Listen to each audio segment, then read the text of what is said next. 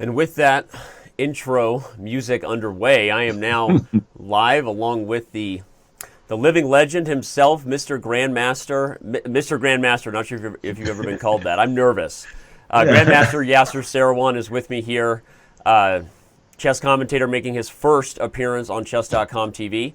Yasser, glad to have you with us. Are you excited for the first Chess960 championship on Chess.com? Yes, I am, Danny. A delight to be with you and all of the Chess.com members and the Twitch TV followers. This is going to be really an enjoyable way to spend an evening. I hope so. And as you and I get set to do commentary, we've been here together offline or off camera, if you will, and watching all of these players register.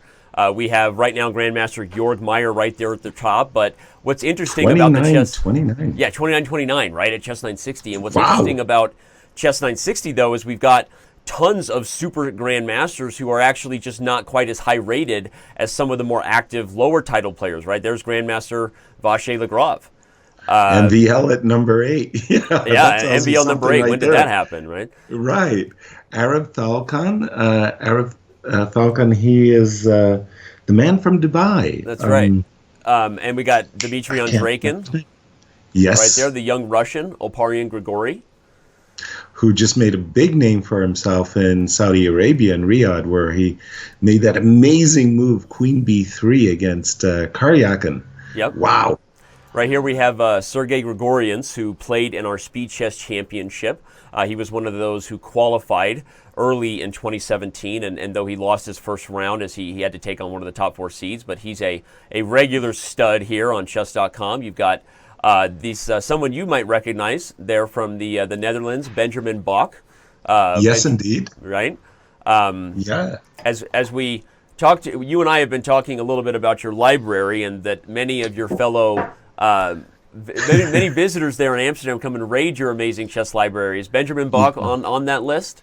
He hasn't been. My louts have been Daniel Stellwagen, Jan Smeets, Erwin Lamy, and Hing Ting, Nuwan, who are all culprits. Guilty as charged. They come here. I'm in Hilversum. I'm actually in our home. It's three floors.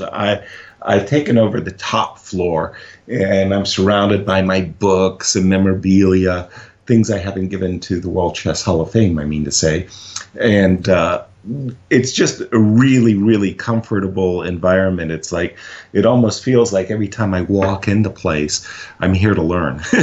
Well, and that's my attitude today, Danny. Teach me. I'm here to learn. I think I'm here to learn. And on that note, I wanted to ask, so you've been doing this for a while, and obviously providing chess commentary.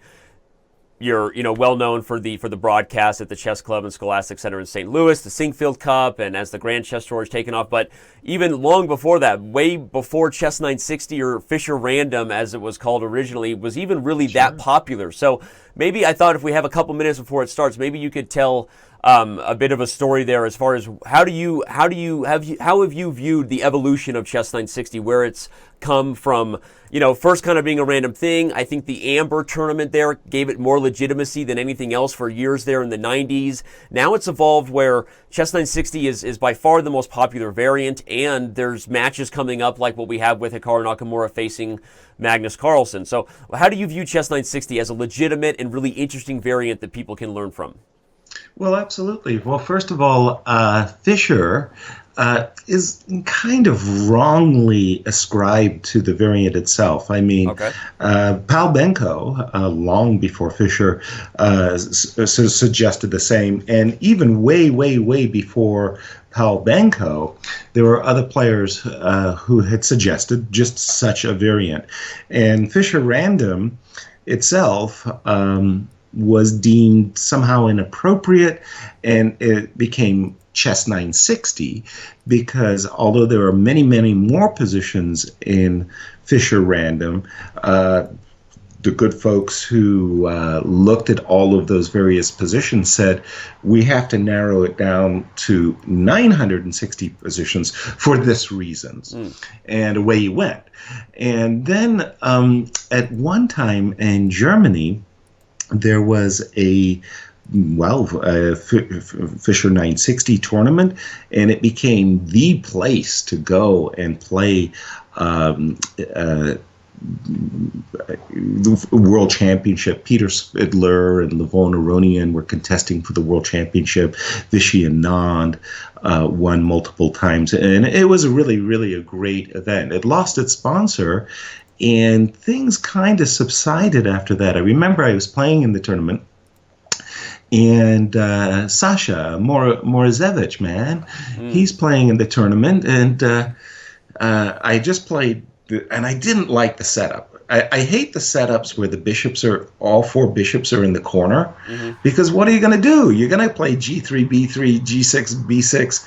The bishops are going to get traded, and it's very hard to create imbalance. And so I was in there complaining, and I don't know if you can set it up, but in any case, there was a white king on D1, a white rook on E1, and a white rook on C1. And then the other pieces were kind of random. Yeah. So I said to Sasha, I said, hey, man, what did you think of that last position? He said, I loved it. I said, you loved it? I hated it. I said, so what did you do? He said, well, I castled long on my first move. I then played D4 and E4, and I crushed him in the center. Right. And I thought, right. Okay, that's thinking outside of the box, right? Who castles on their first move? Right. Well, that's a phenomenal story, because it's that exact thing, that dynamic of how castling happens in Chess 960 leads to some of the most exciting moments in the Speed Chess Championship for us, or any number of company, because I think players forget that they can do it. There's all the dynamics of the king is in the center, which leads to crazy types of positions, both in regular chess and Chess 960, and then suddenly a king goes from B1 to G1, and everything looks okay, and it changes everything, right? So I have set that up. And we've got an example of how this might look with this is the dream position you teach kids, right? Get your rooks in the center and crush them with the pawn. So it was really funny. And then I asked Artur Yusupov, a rival in my junior days. We played in the 77 and 78 World Junior Championships together. And I asked him how he liked, Fischer 960. And he said, well, it's very strange. At the start of the game in classical chess, the pieces are perfectly placed.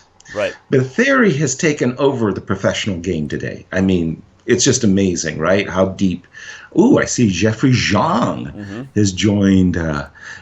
Theory has taken over, and people like Fischer Random because then they don't have to study other theory. Right. But what you're doing in Fischer Random is you're trying to rebuild the position back to a normal. Right. You spend the whole time trying to rebuild. And well, yes. On that note, and here we go. Yeah. Yeah. As you're saying that, and speaking of rebuilding, we are officially underway, and it seems that some of our top seeds, Jeffrey Zhang, who you just highlighted, who's rated over 3,000 at Chess 960, he's one of our more active, strong grandmasters who plays Chess 960 on Chess.com. But of course, we also talked about Georg Meyer, who is at 2,900. We've got Dmitry Andreikin with the white pieces, though only coming in at a measly 2,700 for Chess 960. One of the early matchups that has my eye is this game right here between Robert Hess and John Bartholomew. These are two well-known American players and well-known to the online chess community for their commentary. And because of their ratings, look at John coming in at only 2,300, right? Because of the Chess 960 rating, they get this early matchup. So this might be a fun one to talk about if you want. We've got this dynamic of the bishop on the queen over here. Right. By the way, it looks to me like they're playing a different setup than. So all of the setups are different. They're not all the same. I believe no. Yes. Yeah, I mean this game. Look. I mean, it was almost like the commentator's curse. The moment I said my most unhappy positions are those where the bishops are in the corners at the start. Right. That was Jeffrey's position, and now we've got the queen in the corner over here. So, well, which one would you like to look at? Should we look at? Okay, you're the host. Well, show us which one caught your fancy. So I started with this one here that we're looking at on the analysis board with Robert versus John, because I thought that anytime you get the dynamic of one of the things that I hate most about Chess960 is when my queen is in the corner, because I end up spending most of the time going for the center, and then at some point dynamics happen in the middle of the board, and my queen is just not where she needs to be to help. But it looks like Black maybe is preparing kind of a battery here to get that queen and bishop working together. What do you see when you look at this position? I see White is flopping all over the place here. He definitely looks very, very uncoordinated. That, by the way, was a very good move because Queen H2. Queen H2. The queen was on it, but the real problem is this. How White was going to deal with the center. If he had played Knight E2, there was Knight C6, and the D4 pawn was pretty tender. But this knight on D6 is now being attacked, which forces a very consequential response. The knight was looking really, really good. I'm not a big fan of the move, but I see Knight E4 because I'm not a big fan of Knight F7. But see Knight E4 is maybe what Black has to do here. Yeah. You know what's interesting is these this sort of thing where suddenly one single move can expose an awkward aspect in the position that just doesn't happen in normal games, right? And And I remember one game I lost very quickly, and there's been famous instances where super grandmasters lose in less than 10 moves in Chess960 because of this. Right. So what are you? This is an interesting one as they bring up the pieces. Let's go check on the Jeffrey Zhang one actually, because he was our top seed to start, and it's kind of fun to get different Chess960. Okay, this one looks like, was this even Chess960? Just looks like Black maybe has an edge after gaining a tempo on the queen. Is he about to put that knight on D3? Okay, yeah. Jeffrey's in control here. Huge. This is actually a Benoni wet dream, a wipeout, if you will. Bishop D4 check. No, this one is already gone. Let's go back to that game of Robert Hess for a sec, because that looked like it was really very challenging. After Bishop F3, we're seeing Knight E4. Right. That was very okay. That was a very dicey move, right? moment. He neglected to take here and double the pawns, I guess worried about the G-file and what that might be. I was really expecting him to double him up, so to speak, right? With Bishop takes F3, because, by the way, that would have meant most likely White was castling long. And that was... that'd be interesting. Okay, now we have a pawn sacrifice. My spidey sense is tingling here. Yeah. Bishop takes E4, and what do you got for the pawn? Hess's pieces seem to be coming to life a little bit faster than Bartholomew's here with the pin on the bishop on F6. You get this Chess960 flavor. A knight where it's never going to be, if you're playing classical chess, a queen where she doesn't belong, although slightly serving a purpose, defending, but starting to like Robert's chances to get the point here. Yes, most certainly. I don't think Knight E5 is a knockout punch, but Bishop takes E4 is certainly a very happy... A simple pawn grab. One thing I will highlight is Grandmaster Robert Hess does well regularly in our events for all the fans tuning in, and just want you to know I see some of your great comments coming in chat. Fans, I will try to read them soon. But one thing I'll say about Robert is he plays high-level chess, Yasser. He's consistently under time pressure. And you notice even here, right, he's much better, but he's down a minute on the clock. And when he ends up getting into some of those tougher matchups later on, sort of foreshadowing where we might go, I'm going to say that now, that Robert's time management might be a thing that comes back to bite him. Even in a position like this, as you see Bartholomew castle and sort of quickly surprise Robert, he's got 49 seconds. So how do you balance that, the time being taken versus the moves you got to play on the board? Robert seems to struggle a little bit with that in blitz. I think a lot of people struggle with, I worked with Victor Korchnoi, and there was simply no cure. Yeah. He was perpetually in time. And now, Robert, terrible time management, H5. Yeah, H5 looks like it's winning a piece. It's just winning a piece. Yeah. Looks like whoa, and there you have it, H5. So... Well, indeed, this move, Castles Long, was kind of a shot, or Castles, right? We were just talking about the Castles game changer in Chess960. Oh my goodness! Yeah. So that was a big shock for Robert. think Robert could have simply captured on A8, captured on A1, and then moved his queen. He wouldn't have been losing a piece, that is for sure. Yeah, that's a great point. This was his best chance. Ooh, but this is just nothing to be done. You're dropping a piece, and now he's scrambling to try to get a second pawn. D7 and H5 both hanging, but not enough comp. Bad clock management. Really top professionals.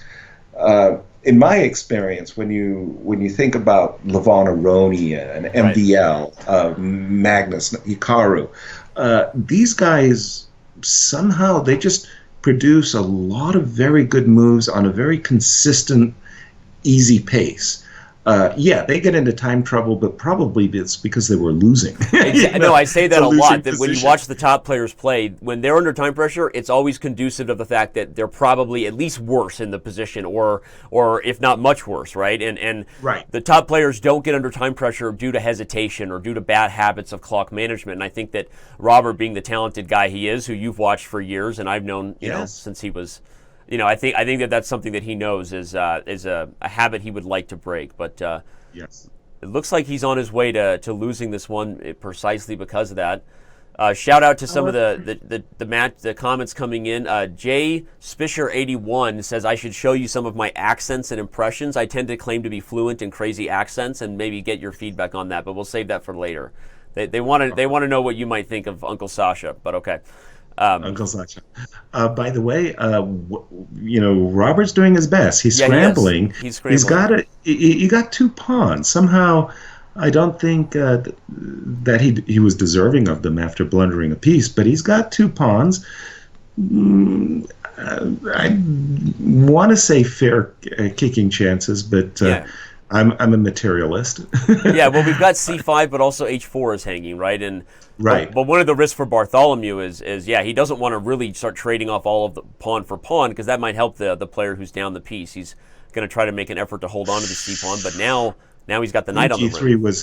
Queen G3 was horrifying. I mean, I think that was a pre-move. He could have played rook E1 as a prep for Queen G3. Now that he's just pitched his second pawn, that's pretty much lights out now. Yeah, he's going to try to play for some tricks here on the dark squares, G5. Maybe he can... Yeah, the rook on C1's not helping the cause either. I was going to say, maybe he can switch to D1 and try to infiltrate, gang up on something, but it's really all outside shots for Hess as Bartholomew starts to put the clamps on the E-file here. Exactly. Yeah. Well, drive him back. That's a Queen F4. That's the old way. Bully him when you're material ahead. It's still the best way of winning a game. You got to be a bully if you have a chance to do it when you're the one winning there. So exactly. This is a nice move. Here comes Bishop takes F3. Perhaps I'm not sure Robert saw that. Queen G3 was a nice move. Sort of set that up. I think. Yep. Yeah. Bart sees it, and that's gonna automatic. Nice. Be the icing. Well, let's pop over to this Georg Meyer game, because suddenly we have one where one of the top seeds is still playing and down to 18 seconds on the clock. Okay. Black has, I was about to say Black had an extra pawn. It could have been snipped, that I'm referring to the pawn on D4, but now with H4, that's a very, very good move, especially in time trouble, loosening up the king. I thought the Black king was actually the one under duress, but after this move H4... Yeah, everybody, the point is White can't take here on H4 because of moves like Bishop F4 check and an immediate ending on G2, so... Okay. Yeah. And you got this option of bishop. Maybe the bishop can sink itself to E3. You have to be careful about Queen H5 check here. Right. So okay, he goes for that though. Oh my gosh. Are we gonna? Oh my gosh, yeah, no, Queen H4. Super risky. Oh, F4 came instantly. Yeah, and White is on the prowl on the light squares now. Ooh. I keep wanting to make an illegal move. I feel ashamed. Why didn't he play Bishop E4? Right, Bishop E4, or Bishop D5 check, everybody. We want the bishop to come in, but the rook was pinning. Yes, we do. Well, somehow, okay, is he going to survive this? These obstacle bishop positions are so scary, right? Because at some point, the mating net happens on the color where your bishop is useless, and you're dead. There's the mate. And here we go. There's here comes the mating net. Queen H8. Oh, no. Maybe? Is Queen H8, Queen G7, Queen D8? Maybe it's just a draw? Maybe it's just a draw. I was thinking Queen G6 was mate, but there's King E5. Right. Oh, my. Okay, but he's still on the prowl, and maybe Meyer might have to settle on that draw. Oh. Or maybe our national master with the cat avatar thinks he's the... Yeah. No, I thought Queen G6 was mate too. Yeah. Is he going to try Bishop F4 and try? No, I don't think Meyer wants to risk it. He's ready to take the repetition as soon as. And there it is. That's 4 times. Yeah, 4 times, and they agreed. And Jeffrey, did Jeffrey? How did he do? Looks like he got the victory. Got 1 out of 1. Yeah. Okay. Yeah. So if we pop over to our standings here, what do we have right there at the top right now? We've got Jeffrey Zhang 1, Alparian Grigori 1, Dmitry Andreikin 1, Arabic Falcon 1, MVL managed to get his win. Salah Salim, by the way, is the Arabic Falcon. Okay, Salim, yeah. Salah, yeah. And all right, but there's still going to be some other games here. So let me see what's going on. We've got this game here between International Master Kasparov, who's a Kasparov with a C, who's kind of also a well-known Chess.com commodity. So let's bring up his game and see what's going on in this board here. It looks like he's got a couple queens on the board, so that's... That's usually a good sign. Yeah. One of my favorite things to have is 2 queens. They are better than 1. And unfortunately for Black, White actually even has this very useful B pawn. I was about to say he could have played the move B4, kind of, keeping the perpetual checks.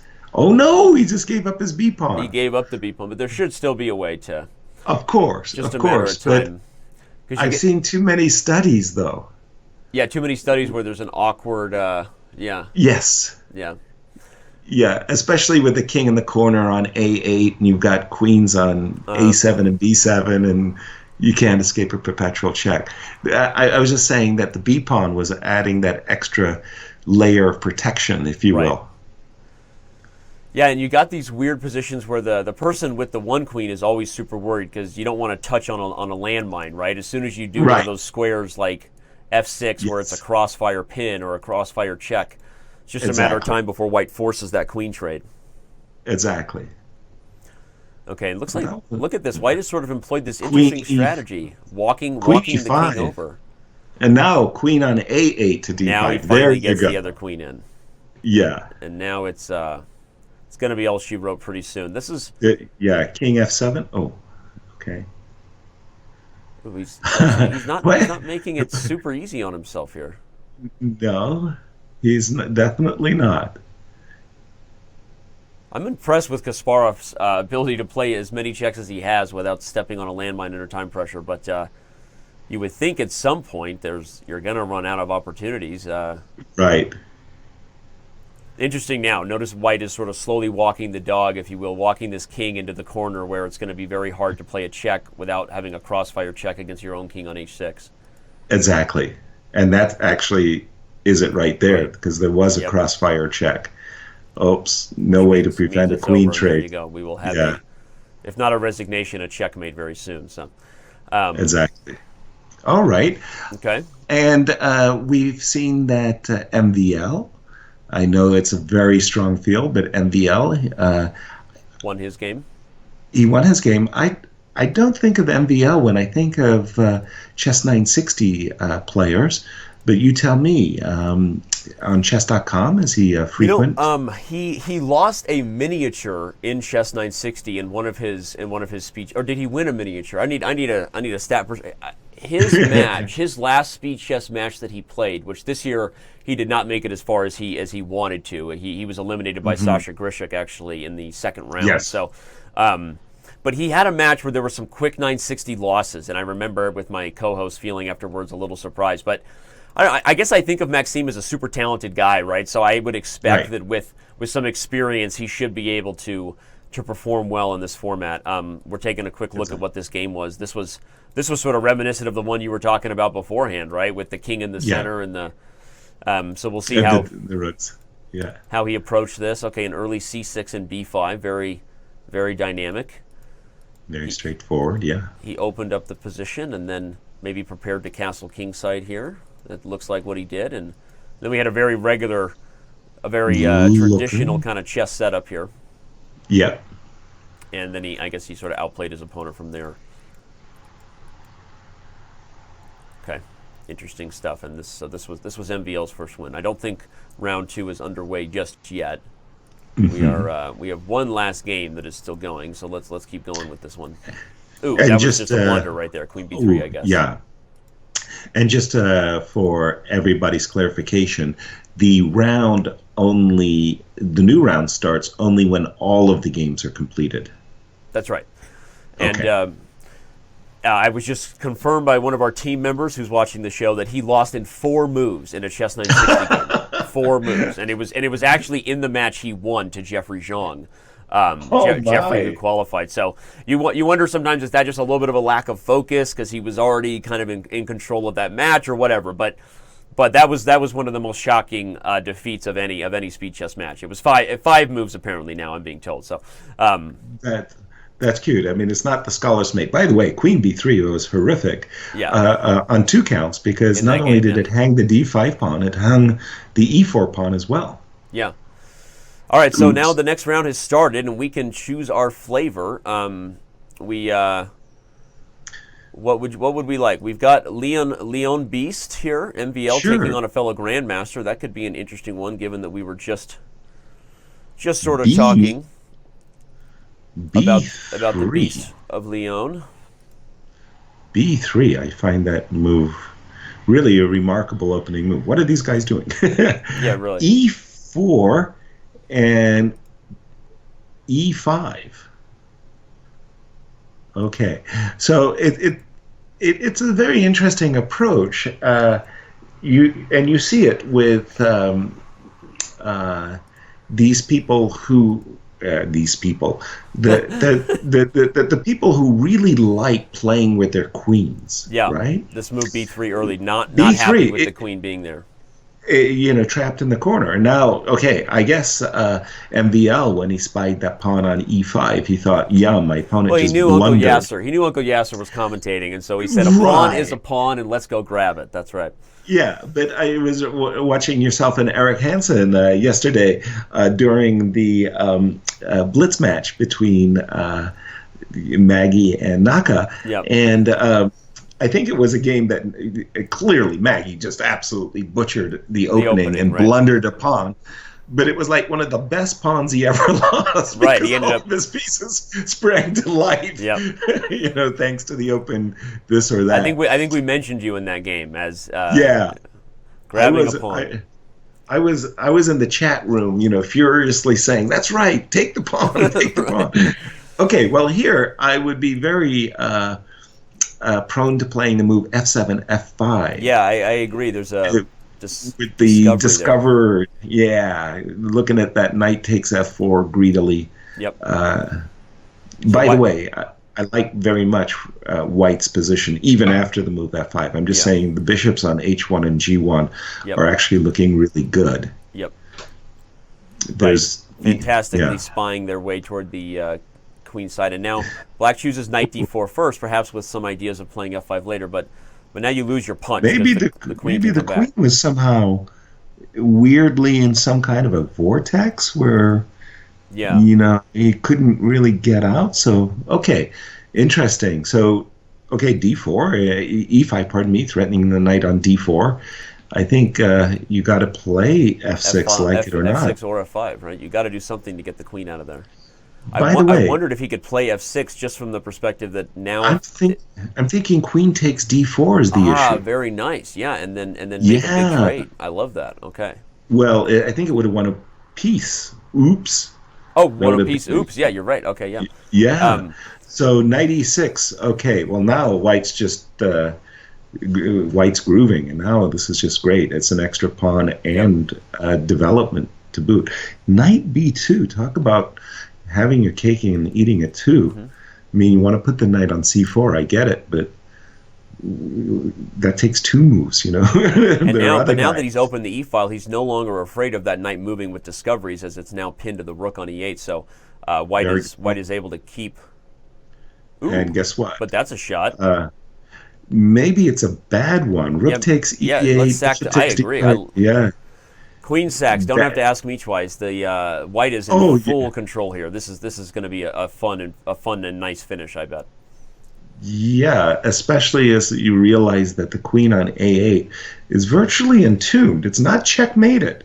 But if you think about it, how are you ever going to, you go queen B7, queen A6. Right. It's going to take, 3, 4, 5 moves before you're even anywhere close to civilization. Right. It's one of those tough situations when you've got complete control right now, but your opponent has the queen. So if you bail on your pressure and start going after little things like pawns or such, then the queen eventually gets out, and those little pawns aren't such a big deal. So you really want to keep. White wants to find a way to keep the heat on Black's position and not let him get coordinated. He's kind of lucky that this knight on D8 prevents Black from castling and reaching optimal coordination. Right. And by the way, another very nice move, rook E1, stopping ideas of knight E7. The bishop on D5, very dominant piece. Yep. And rook E1 stops that and now all of a sudden we're like, out. If knight E7 can't come, then the queen is... What do you do next? Yeah, where's she going? Not a lot of options here. Well, he had to do that. He had to essentially walk into the... Yeah. But, his dream is to get his knight on D8 into... Some into play. Yeah. You need play desperately. Now, this would be a really nice moment to double rooks on the 8th rank. If you could. Just so that, he didn't play it. I had expected rook F8. I was just going to say, if he had played rook F8, did he have the time? If rook F8 and then rook down. This is simple. But he has this idea. I just saw it on the live position. Rook takes E6. Very simple way of dealing with it. After taking the rook takes E6. Bishop takes C6 is basically unstoppable threat. And rook takes F6 is threatened to boot. So this is as well position that's this will go down, I think, as one of our early favorites. Maybe one of our team members will tweet it out. But not every day you get to see a grandmaster versus grandmaster, queen sack, and go on to be kind of a nice crushing finish like this. But nice game by MVL so far. Very crispy. Rook E5 likely, and here comes ideas like knight A5 in some position, or even rook A5. Just trap the queen.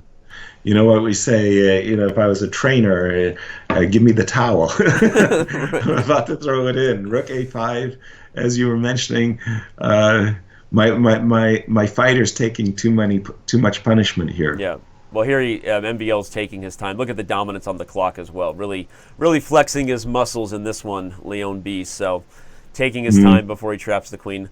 Let's move on to one of the other top seeds. Let's talk about Jeffrey's game here. We've got Mr. Zhang taking on another well-known international master, one of our faster players. Yeah, this guy has flagged me in many lost positions. So even if you get a good position, this guy can flag you, despite being down on time here against Jeffrey. Is captures on F5 on tap? Takes, knight F7, G6, rook G7, and black is fine, but okay, if I can't take on F5, then it's time to move the bishop and just play E4. Looks like a crushing position for Jeffrey. Yeah. Yeah, and this knight coming into G4 doesn't do much, so even a simple bishop C2 and then E4 is probably good enough. Yep. Maybe there are some ideas of sacking on F5 and following it with not even necessarily G6, but something like knight F6, and I have knight takes, right. D7. He finds maybe something even better, just puts the knight on F6 immediately. Yeah, knight F6, bishop D5, followed by E4, has a lot to be said for it, I must say. That looks like, ideally placed minors, and by the way, the rook on F2 is looking pretty good too. Yep. It's all going swimmingly for Jeffrey here in round 2. Now, again, tell us what they're playing for, Danny. Yeah, so in the overall scheme of things, they're playing for prize money and a trip, actually, to the Reykjavik Open, where they are hosting a Chess960 tournament this year. The Reykjavik Open is well known in Iceland as one of the strongest, most popular opens that people visit every year. So exciting stuff, and the sponsors of that event actually reached out to us and asked us if we were interested in doing something that would help promote theirs and maybe kick off an official annual Chess960 tournament for Chess.com members as well, and worked out nicely. So there is prize money on the line. There's also a full expenses paid trip to Reykjavik, Iceland for the Reykjavik Open. And then, of course, Pride. And actually, I'm really glad you asked, because there's a special prize here, which is, as you and I decide we see some favorite games, we have 3 copies of David Lauda's book, The Thinkers. I don't know if you've seen that. It's got these amazing photos of players when they're super locked in to chess. Chess thinking, and so we're giving away 3 copies of that, and maybe one of them should go to MVL for that queen sack. Where you and I get to choose them when we want to give away 3 books for our 3 favorite games. How sweet it is! Well, that one for sure will be on the top of the list. And by the way, I just want to say that I think Jeffrey's technique here has been atrocious. Okay. I mean, not putting too fine a touch on it. I mean, what has he done? Yeah. Bishop takes b3. The knight on d4 blocks the rook on b4. Turned out, I don't know how the rook ended up on b4. By the way, turns out to be beautifully placed, and maybe White would have trouble even if the rook on d8 was on d3. But I see all of Jeffrey's advantages evaporated. So where did it go here? After knight takes c5 and the pawn's falling, it feels like he's still in control. Maybe didn't get everything we wanted there on the king side, but I guess he blundered this move knight e3 right here, and probably even just putting the knight on a6 to b4 would have kept White's advantage, right? Back on this move 37. Exactly. Okay. So that was a big miss there, and now Black is in control. Getting better. I mean, you still got mating net worries, right? Whenever you got a rook and knight around a king like this, there's a knight e5 issue that you can fork the rook and the pawn on g6. So, but Jeffrey just had I thought he had complete control, and he'll feel bad about his slip here. This one. Yeah. I think it's a good idea to maybe bail out with a perpet. Yeah, it might be time. He's still got a time advantage, so sometimes in these situations the competitor gets the best of them, right? They just want to flag their opponent, but it looks like he's making the smart decision of saying, I really don't have winning chances here, I'm going to bail out. Yeah, okay. Good one. Okay, what about you had been mentioning Georgi Meyer. Yeah, let's go check that out. It looks like he's still engaged in a game here, and one that is getting... He's playing a colleague from Germany, Dimitri, and not only that, he's already dropped the draw in the first round with that perpetual. It looks like I don't know that he's in control of this one either here. I mean, Black's got a nice setup, right, with the I was about to say, and the pressure on the king side. I mean, Black is playing for a win here. Ooh, but maybe that's a shot he missed. Right. I was why didn't he just keep rushing that a pawn? Yeah. That a pawn's the... And by the way, Black's still in control. Look at this king. This is going to be a domination. Yep.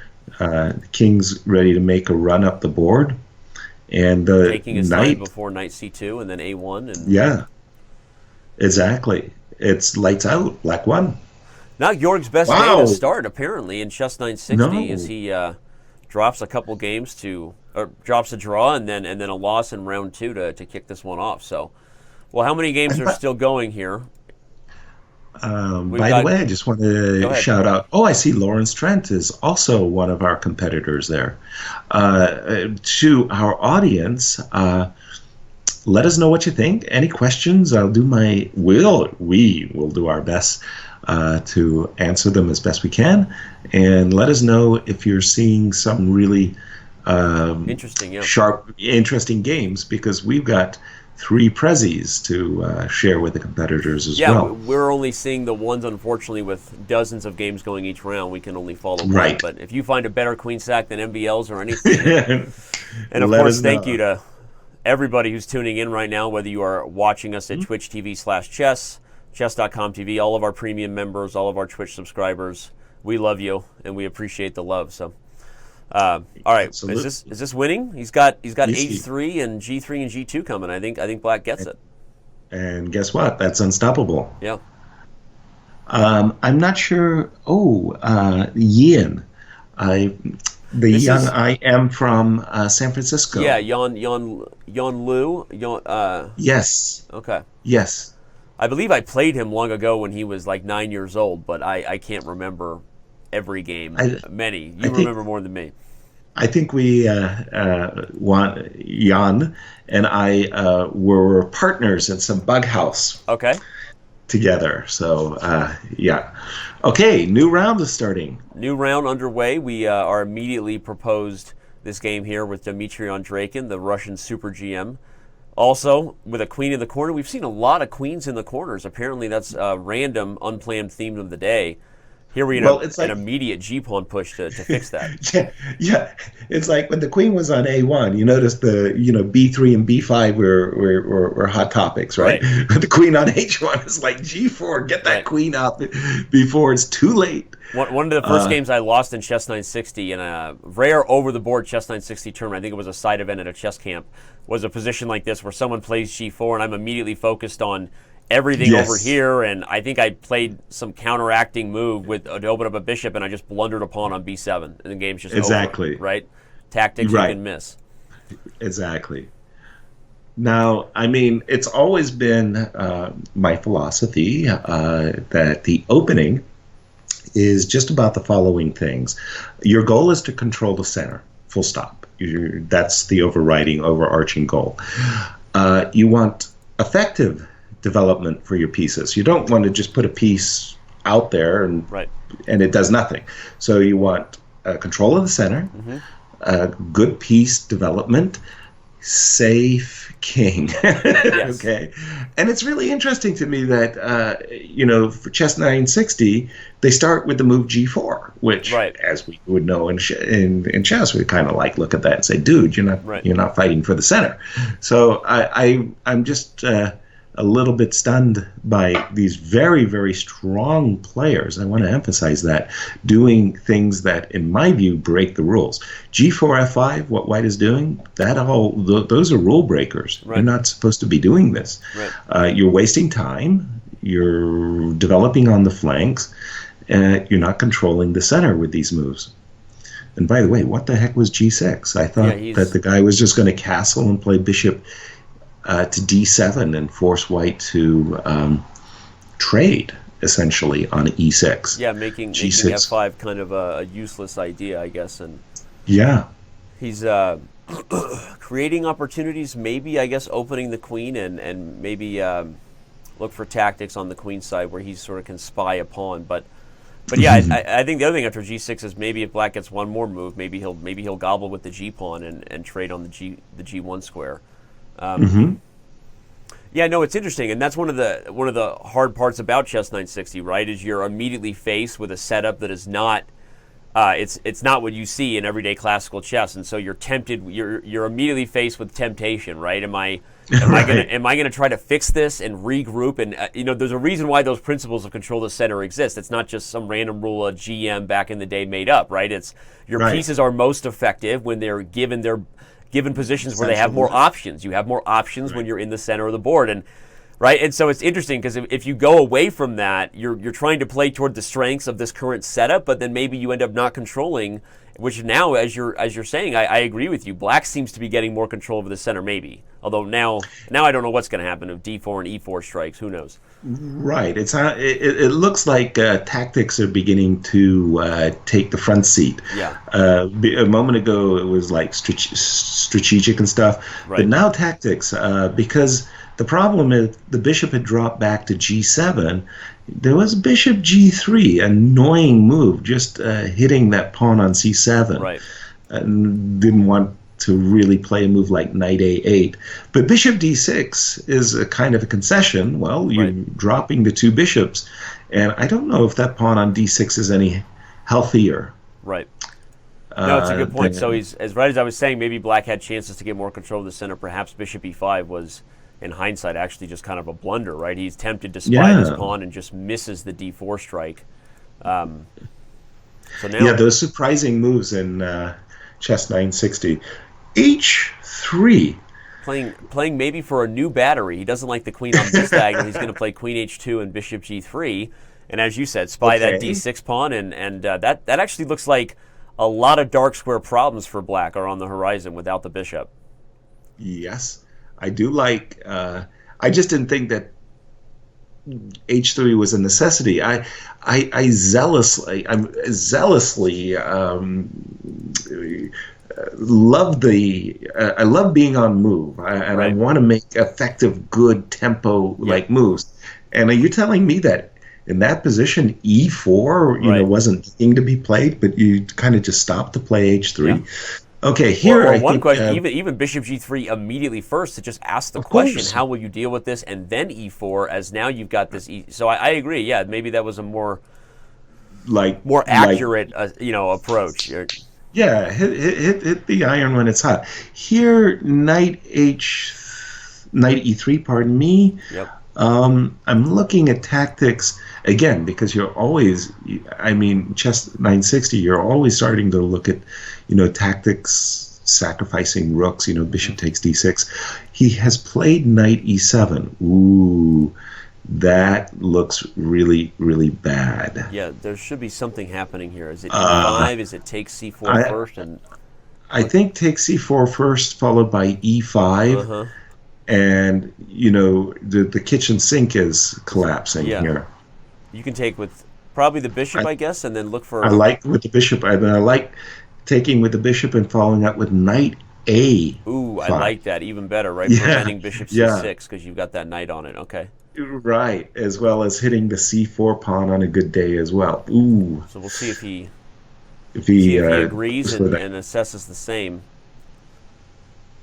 Yeah, this is a fake safe king, right? The emperor's about to lose his clothes over there, and as soon as that position opens up, and he goes. So we have fake news and fake king. News and fake king safety these days. The world is changing. Yeah. So. Yes, it has. It is too fast. Damn. I'm not ready for it. Rook F1. Okay, a little confounding because we really thought E5 was just begging to be played.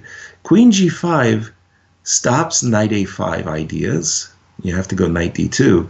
But now, maybe after, I'm not a happy camper, but maybe after D5, I'm still kicking.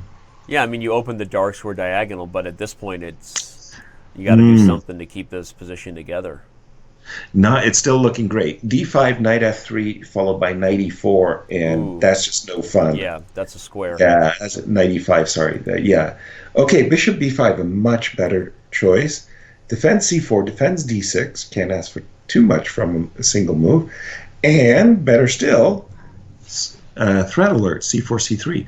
I was wondering if he might try rook F3 and maybe keep a rook lift idea. Keep Larry Christensen paying attention whenever we get a rook lift. Exactly.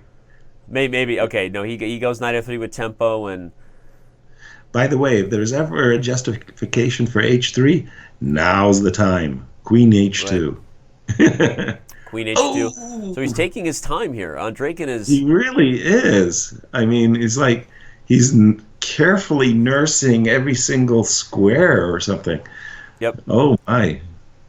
Yeah. Okay. He's banking on the dark squares being more of a long-term problem. At least that's sort of the philosophy I'm taking away from it. He's not looking for the immediate tactics and thinking I'm going to get here eventually. But that doesn't seem like the most effective approach here.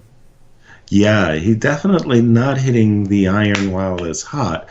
And by the way, there was also, instead of the move bishop c6, there was even queen E3 was a little disconcerting. Yeah, no, I'm looking at it now even and just wondering what happens when the queen pops in. E4 is falling. Queen D3 check is a threat, and optically, just visually, it looks dangerous, and black succumbs to that as well. It begs to be played, right? Yeah.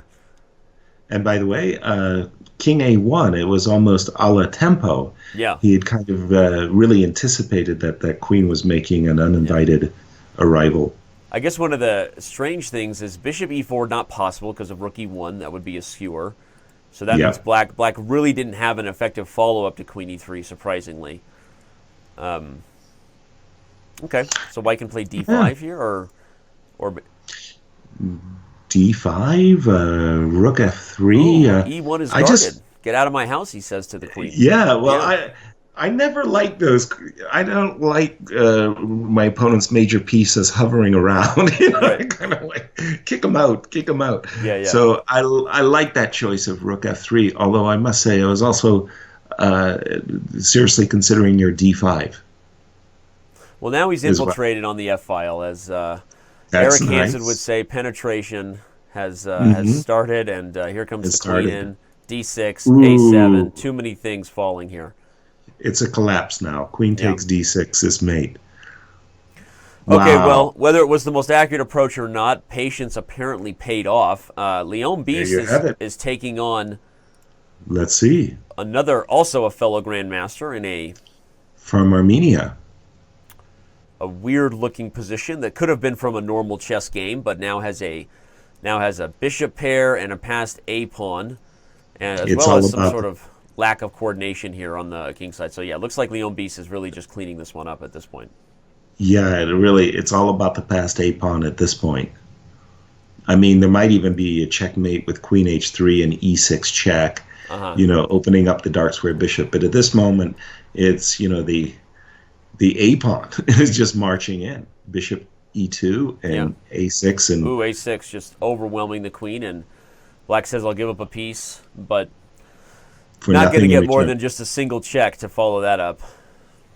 No. Here comes probably even just queen e6. Okay, he takes here. I was wondering if he would work his queen back to h3 just to make sure f3 was guarded. He will. Greed is good. I apparently need to wake up here. So yeah, greed is good. Greed is good. That move. Queen. Okay.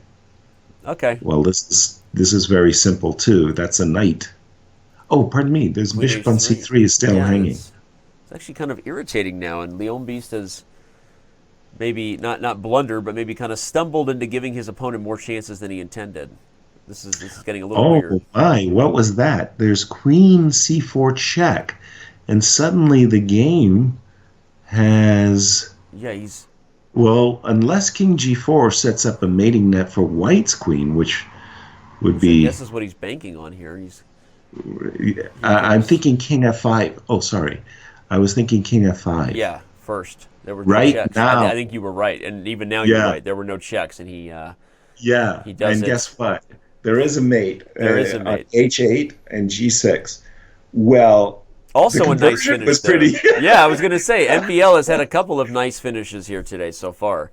I'm not sure it was the appropriate way of playing the game, but nice finish. Nice. 3 out of 3. 3 out of 3. And on that note, I jumped over to the standings to show our members what's happening here. We still have some not super studly GMs right there in the mix. You've got the well-known international master John Bartholomew, but here you see on Draken and Leon Beast, 2 of the big super GM names that are right there at 3 out of 3.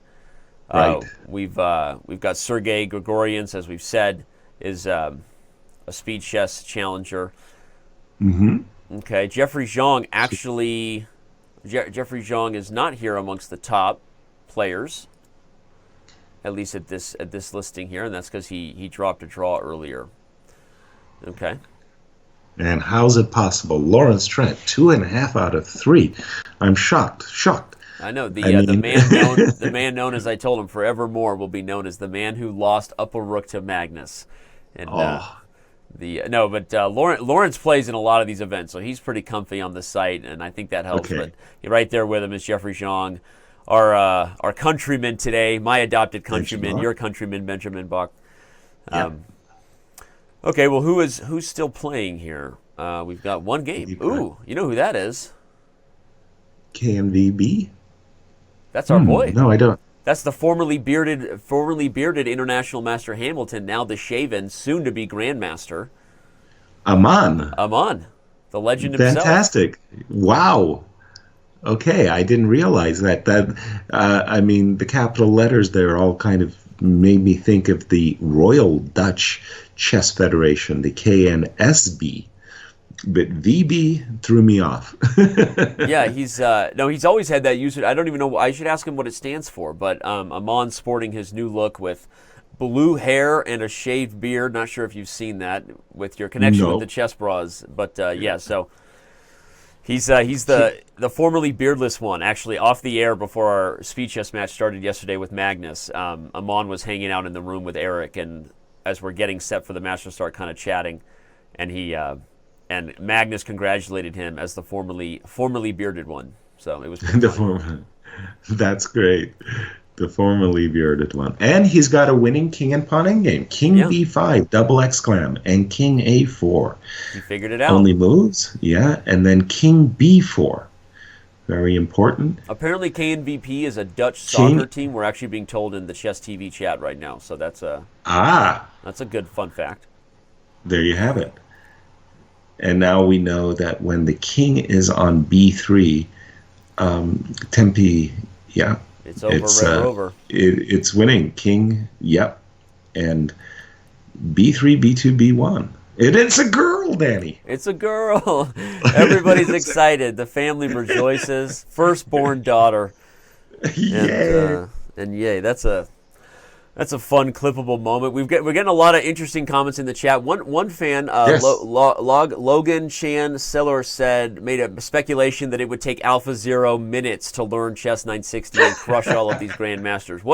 Because we're starting a new round and some openings are get going before the exciting moments. Give us Grandmaster Seirawan's 30-second assessment of all the AlphaZero drama and what that meant for chess and all those games. I absolutely loved it. And I loved the game, and I thought it was just fantastic. And here's one of those moments where black blunders a pawn because of the immediately. Oh no! It's apparently it's a mutual. The rook. No, he could have taken the rook and taken the pawn with check. He could have picked up the c7 pawn with a check. Yeah, white just blundered that. Takes. Yeah, that takes. Yeah, you don't get to go bishop takes c2. Yeah. And look, and that's Sergei Grigorians. I mean, that's a very strong grandmaster taking on his fellow Russian. So that's a big miss there. You're right, by Grigorians. Yeah. The all Russian matchup. Yeah. Okay, c3 again. It's this amazing tempo, a wasted move. C3, in my opinion, is a move you can always play. Right. You're not 100% sure you want your pawn on c3, but you're pretty sure you want your knight on f1 to go somewhere. Right. Knights on f1 are not that happy here. Yeah. No, so you go d3, knight d2, and you castle and get on with the business. Okay, but having said all of this, this looks incredibly even Steven. I mean, check this out. Bishops of opposite color and an absolutely symmetrical structure. Yeah.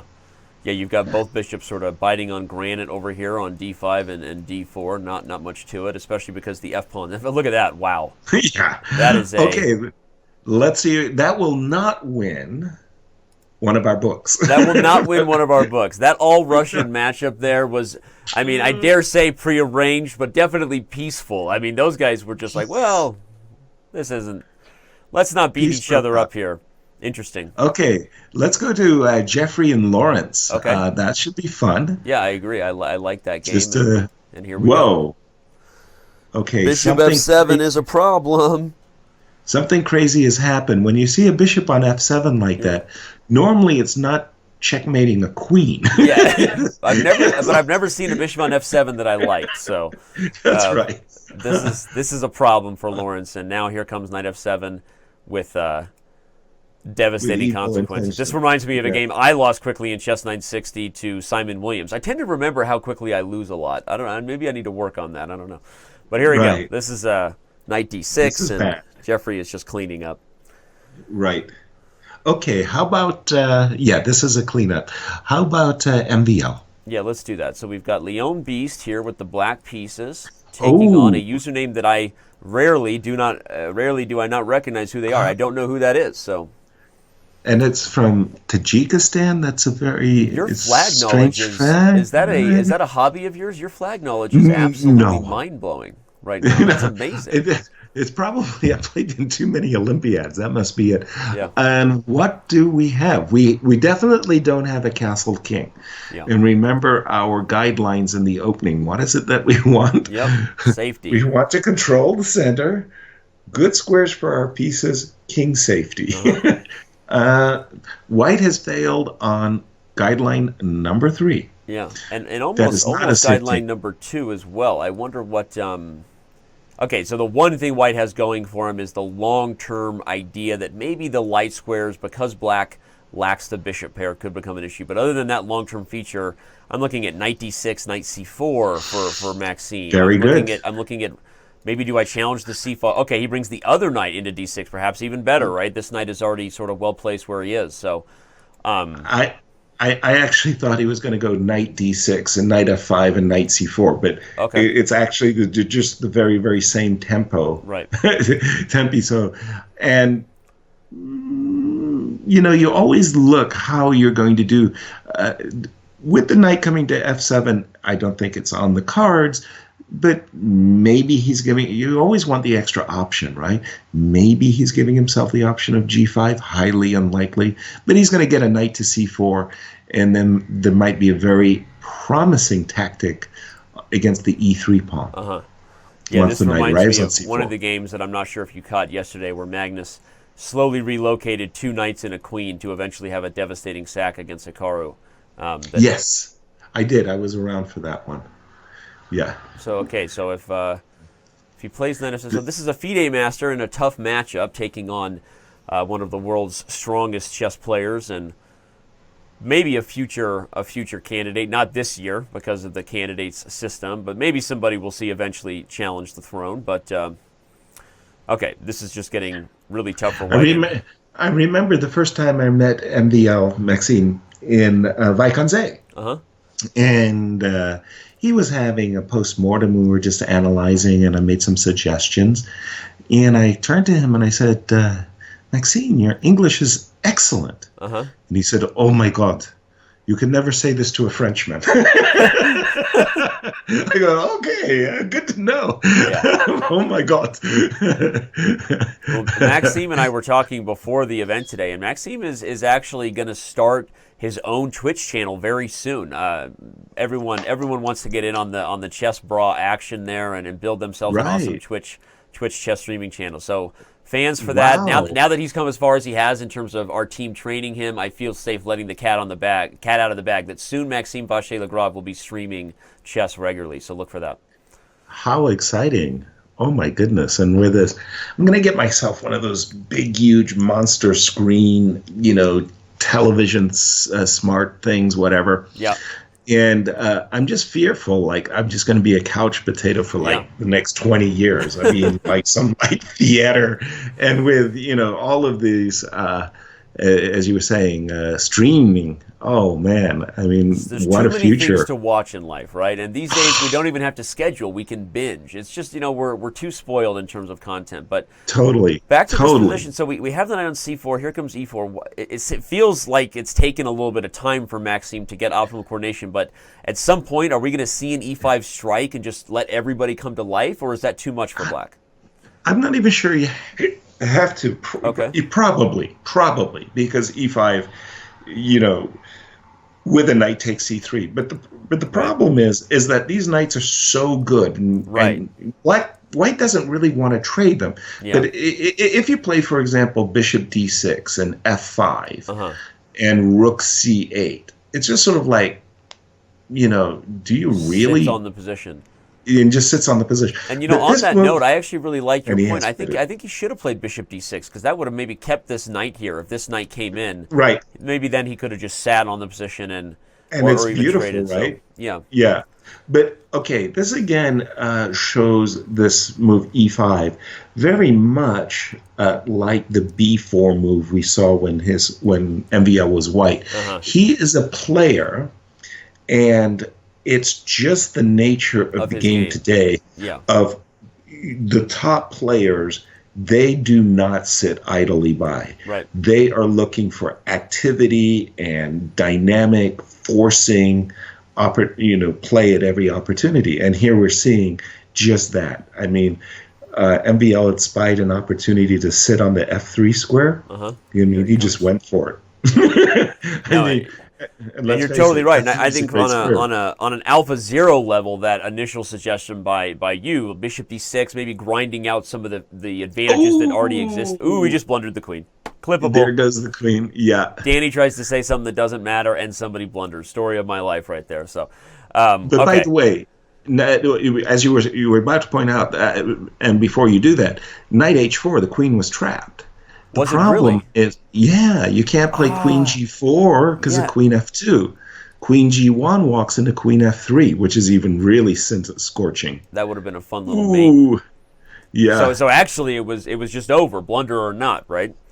Exactly. We tend to make more blunders when we're already in bad positions, whether we realize it during the game or not. Afterwards, we look at it and be like, "Oh, I blundered because I was already completely worse." I do that a lot, right? Yeah.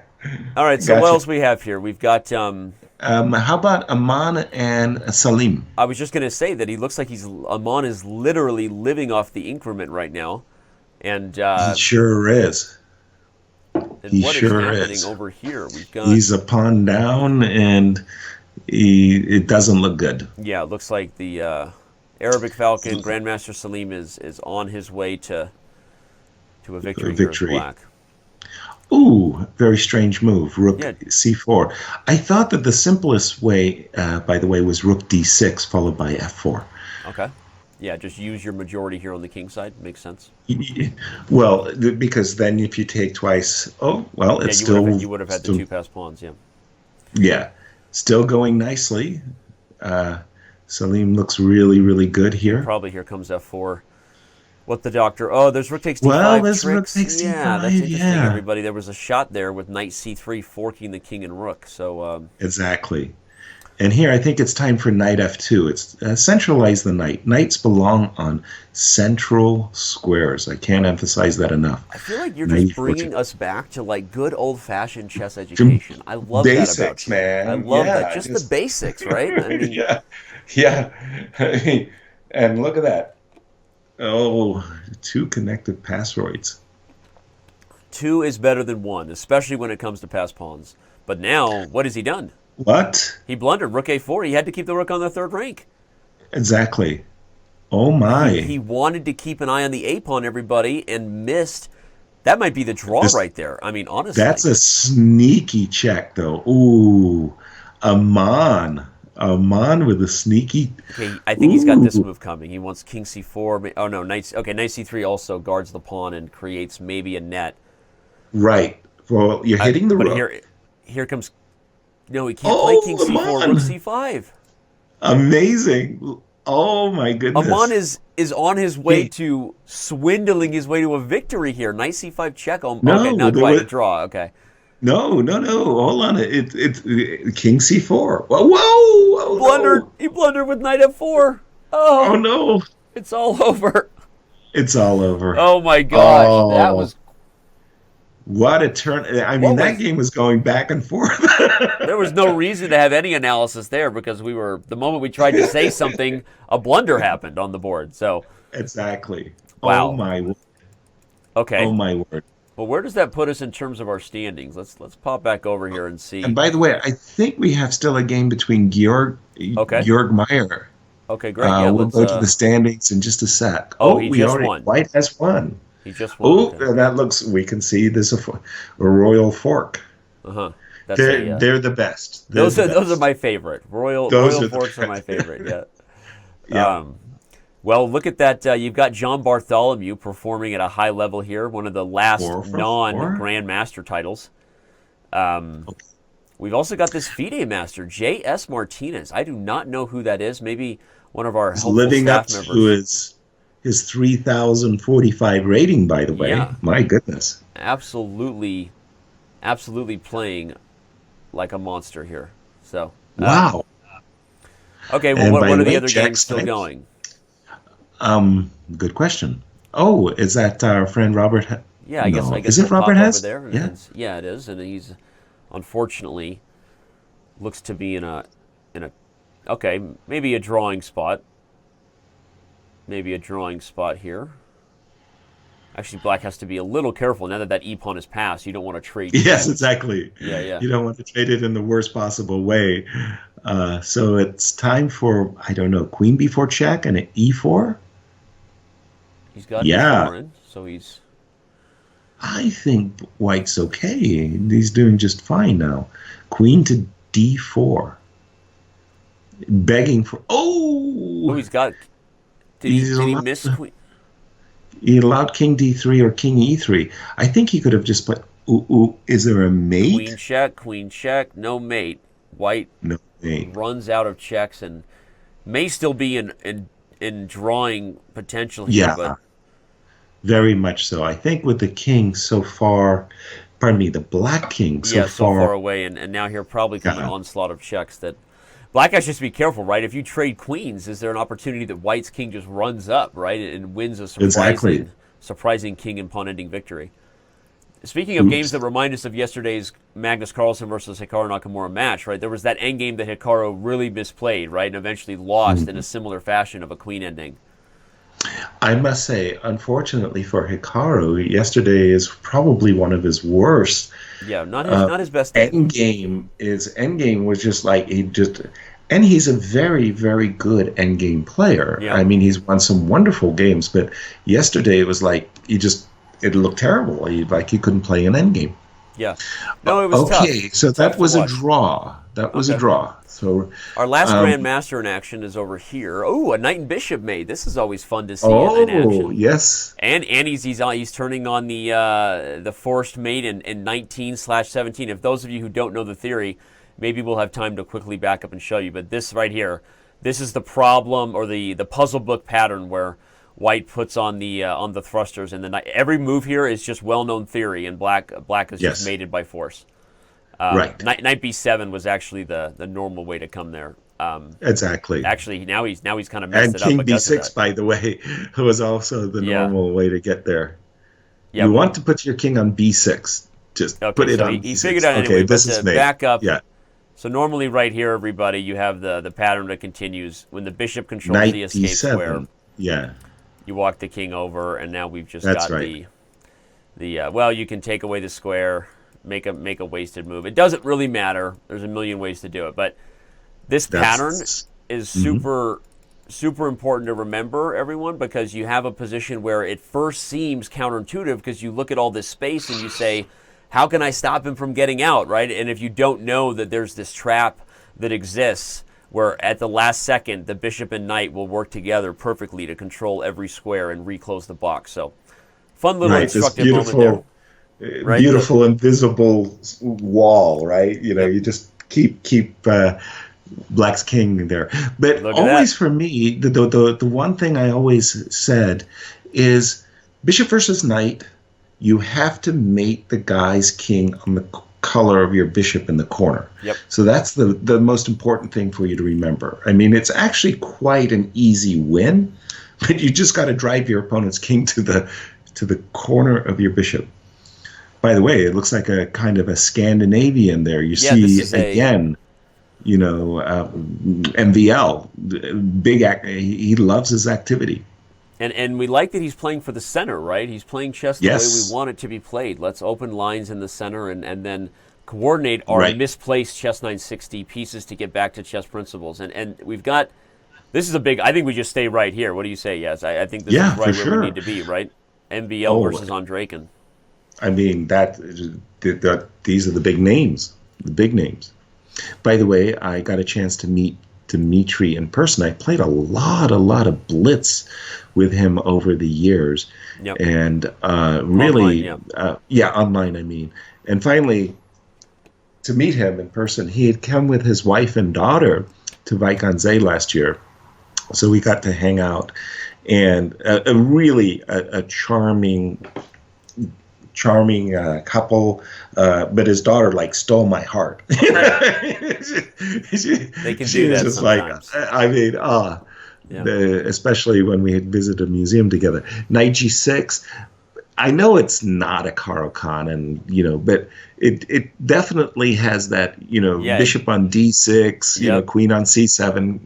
that really solid, Fort Knox variation of the Caro. But I like Black's position here. So do Despite his double pawns. These double pawns are so useful, right? They're holding back the knight from e5, and they're controlling these critical squares. Absolutely, and and Black is doing a fantastic job at completing his development. Bishop e7, castle's short. Right. I mean to say, it's a long castle. Right.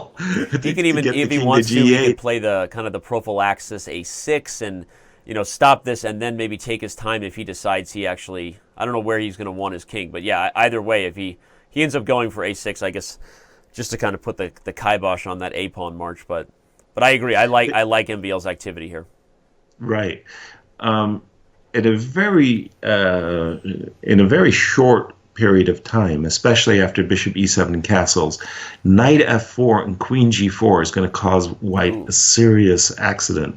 Yeah. G3, not so much as I want to play bishop g2. Oh, whoa, rook e8. MVL saying I'm going to castle long on my next turn. I'm very quickly, big when threat. I was first suggesting a6, that was one of my selfish ideas. I was embarrassed to say it because I realized I think your kingside castles was much better, but MVL deciding to go back to that. I guess the point is the e-file isn't owned by any other rook, so why not do that? And now I'll get both my rooks immediately on these two open files, and he does just that before we can finish saying it. Yeah, and there you go. I mean, basically, Black has done a great job at bringing the bishop, especially on c6, very effective. The queen on d7, rook on d8, rook on e8. Four, very effective pieces.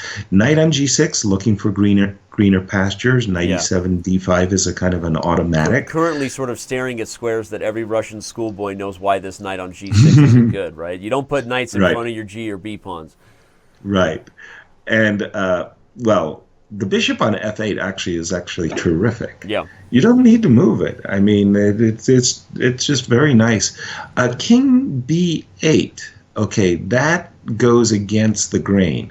I would have lost money knowing how actively MVL has been playing. Yeah, betting on that. I would have expected him to have played knight e7 right away. Yeah. A la tempo. I mean, not even to consider anything else. So. King b8, that's a safety first move.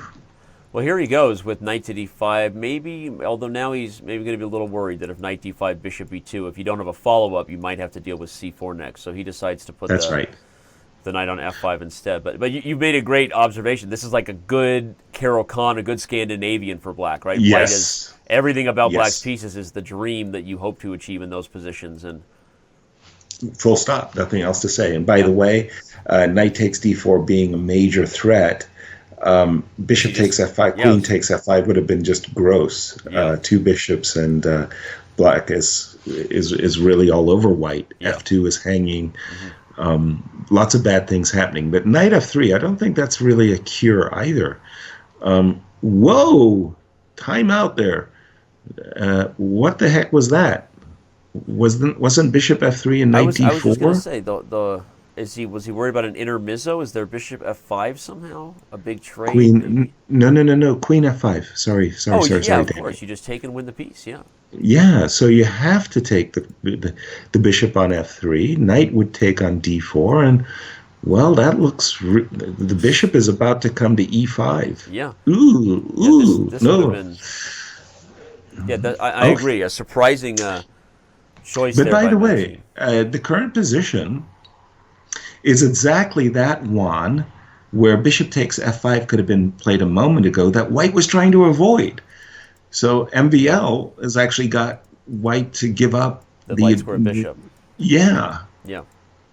Oh, that's a nasty move, g6. That's just like... Don't dare take my h4. Yeah. Oh, he's going to do it. Well, you're going to find out what the initiative can do when your queen's on h7, right? That's what MVL is about to do. Exactly. Well, as a longtime trainer, Nikolai Minev would say, white's going to die with a full tummy. White's going to die with a full tummy, which, I guess there are worse ways to go, you could argue. Robert0585 says, why is it every Russian schoolboy and not just every Russian knows chess is so big in Russia, he doesn't understand the schoolboy reference. Well, the school, I mean, the Bodvinnik school of chess, the Russian school of chess, was literally established, and so many Russian schoolboys that went through that, I guess. And also there was the coined phrase that developed by guys like Yermolinsky saying the Russian schoolboy. But maybe, Yaz, you have a comment on that. I think saying Russian schoolboy is the appropriate reference to every Russian schoolboy knows, but am I wrong? That's the way I've always heard it myself. Yeah. I mean,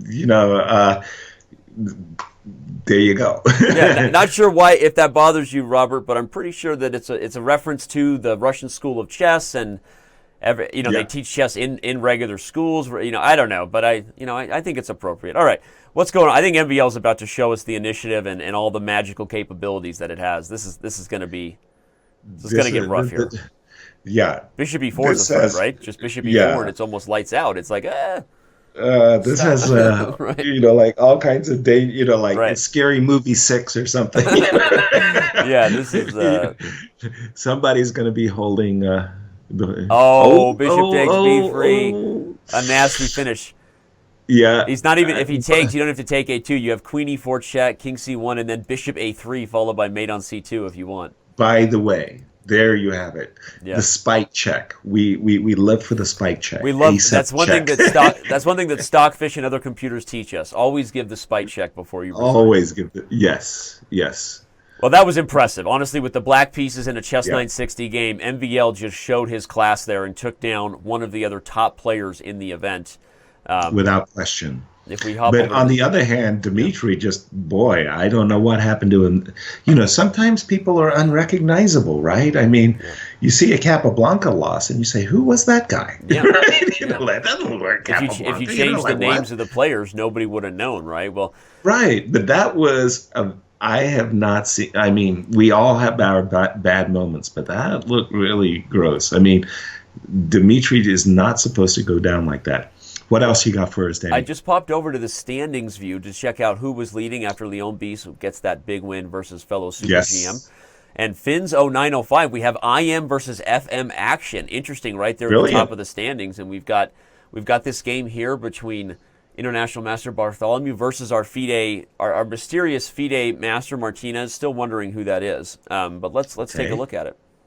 Well, at the moment, I must say that I always liked the hedgehog positions as black. I had this favorable impression of them, and I liked black's position before this move king e7. I don't know what that was. I kind of liked the king on e7 actually, but d7. But I like the extra center pawns for black. I think that the game is pretty even, but I just like black structure a little bit more. Yeah, I agree. Time pressure is probably going to be part of what happens in this game, right? The result may be decided by who manages the clock better here. Both sides getting a little bit back with the increment, but still under 20 seconds here for black. And yeah. Okay. So after wasting a few tempi with his king, the king has actually come back to the c7, the queen side. This knight on a5, just kind of an alert, that knight may not return. Oh, that was a strange move for me. I was expecting the knight to go to d7. Maybe b4 the knight on now. f. Now you've got the bishop potentially undermined. Correct. b4 you have to be careful. I was going to say, if you move that rook, you have to be careful of shots on d6. Okay, maybe not right away, but look, here comes f5 perhaps, or you start looking at all these tactics with pieces ganging up together on this square on d6, and you wonder if, ooh, he missed knight takes c4 though. No way, because he's got knight e3 check coming. Knight b3 has to be a blunder, right? Oh, big time. He's got 3 seconds. Ooh. Yeah, that's and he walks into the other fork. B2. Wow, what a heartbreaking loss there for Fins. J.S. Martinez, I've been told, is Martinez Alcantara Jose Eduardo, a 2,500 FIDE master. So a talented... Oh, but he blunders right back. Knight takes e6. Oh, no. And just like that. Oh, and white's right back in. The king should just walk up and gobble it. Here he comes. A pawn is tasty. Oh my goodness! What a you almost had to set that up perfectly. Yeah. It was like Mutual oh time no, pressure blunders. and A7 has also been tossed away. I thought that Black was going to get in an A6 to maintain an extra pawn over there, but now it's all white. White's in cruise mode here. Absolutely. Yeah, this is. And pardon me, who is White again? White is John Bartholomew. Sorry? International Master John Bartholomew from Minnesota. Yeah, of course. Yeah. Okay, King E2. Oops. Yeah, he gave a gift and then he got a gift right back, and that's why he ever. Yeah. That's why the game is played, though, as they say, right? It's not a science. Blunders are made by human beings. So. That's right. Oh no! There's Rook A6 check. Yeah, not quite. Yeah, and Black might get mated here in a second if he's not careful. True that. King C3 and White is cruising F7. With F7. Wow. That looks like it's over. King B3. Don't even allow knight E3 check. Yep, that was the safe square to go to. The queen will come. She's a girl. And she's a girl. The family is happy. And wow, so that was a wow. So what just happened there? Let's go back over to the standings. I think we have two perfect scores, by the way. Yeah, only two. We've got an obvious matchup in the next round with John and MVL. Man, talk about time trouble being the decisive factor in this one. Well, our FIDE master drops there, but still obviously a talented guy right there amongst the top of the standings, as we can see. We were just reminded by our own Peter Doggers that Maxime Vachier-Lagrave is actually not in the candidates, despite the heartbreak of Frenchmen across the planet. But that means he actually could play in Reykjavik, and he might play in Reykjavik. So this tournament, I mean, I'm sure MVL can get himself conditions to a lot of tournaments, but this is a fun one to play in for him. Who knows? Maybe he's added Iceland to the schedule. So want to remind everybody who's tuning in, thank you for being here. This is the first ever Chess.com 960 Chess Championship. Flying alongside me here is the one and only Grandmaster Yasser Seirawan. Pleasure to be with you, Danny. We're only halfway through. Thanks to all of our Twitch subscribers and our premium members. Please consider giving us your support there, and we appreciate all the love. What do we got here? We got... Okay. Rook's in the corner. I think probably we need to follow the game between Bartholomew and Leon Beast, just because this is two players we've been following from the start and two of the leaders in the event now. Wow, look at this. G3 and Queen H3. Yeah, and what do chess coaches, chess scholastics coaches preach?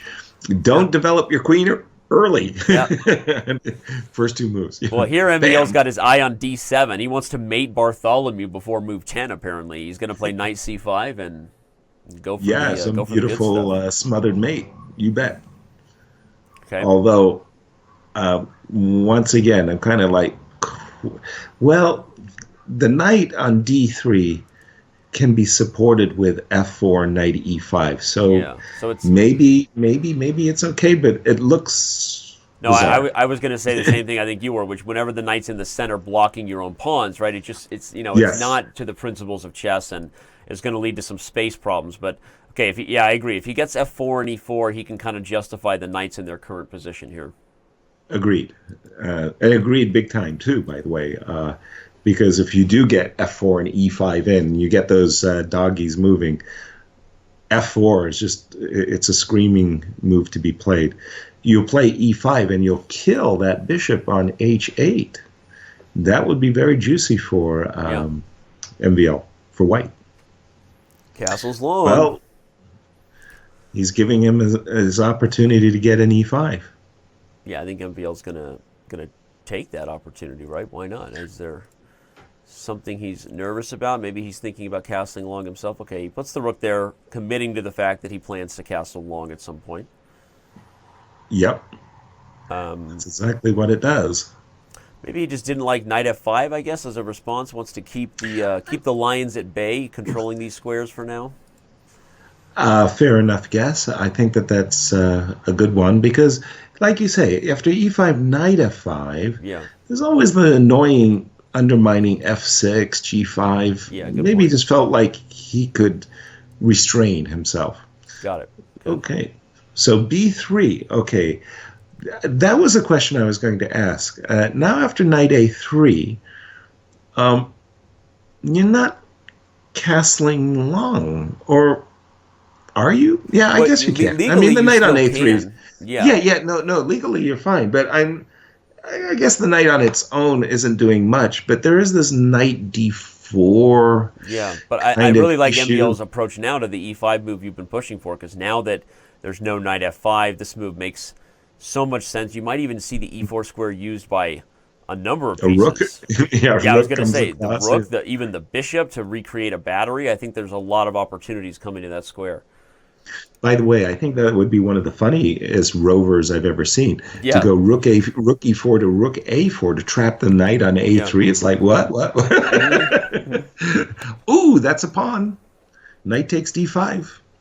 Yeah, I like it. And but his bishop takes, I guess, the same principle thing. But yeah, I think I think that's just a stone cold blunder. Yeah, it looks like it must be. I mean, because by the way, king b8 was a move that you wanted anyway, because it guards the bishop, right? It's just nice prophylaxis. Yeah, totally. Right. Yeah. So, d5. Yeah. Well, who puts their queen on h3? I mean, my God. Right. I mean, you'd have to be an idiot. By the way, queen is coming back to g2. And here she comes. White is in cruise control now. Yep. Queen g2 will come with deadly purpose. Yep. She's powerful, and she's gonna use her powers. Now c2 is under fire, but I think rook e4, queen e4. You'd love to actually find a way to use the b4 square with a knight to enter into one of these happy homes, but you can't as long as this is the issue. So maybe MVL is going to calculate something. Yeah, if this knight moves to the wrong square, maybe this move wins on the spot, huh? Something like this. Commentator's curse. I was just about to say, I really like rook e4. Yeah. I didn't say a word, Danny. Yeah. You didn't that time. I stick my foot in my mouth and then have to take it out. You didn't quite get there, so don't worry. Yeah. Ouch. Yeah, but queen e4. Okay, you're pointing out one of the things that White has on his quiver there. Knight b4. But this knight is going to have to go from c3. How about knight b1? Yeah, that's interesting. With the idea knight takes b1, bishop takes d4, and somehow the pony's trapped. Well, maybe. I don't know. He may not be a happy camper. Yeah. Knight a4 isn't completely. Oh, he likes your idea. There's something about it. Yeah. That I found. No, I agree. Attractive. And after takes, see, Black would love to bring the queen to a3 to help, but you're one move too slow. And if you have to commit back, maybe even c4, and this knight is officially running out of squares. So, yeah, we might be predicting the line of play. By the way, knight b5 isn't there's no further move. So, for example, knight. Point. Yeah, even bishop b2 and then c4. Precisely. Yeah, you're not galloping away to greener pastures.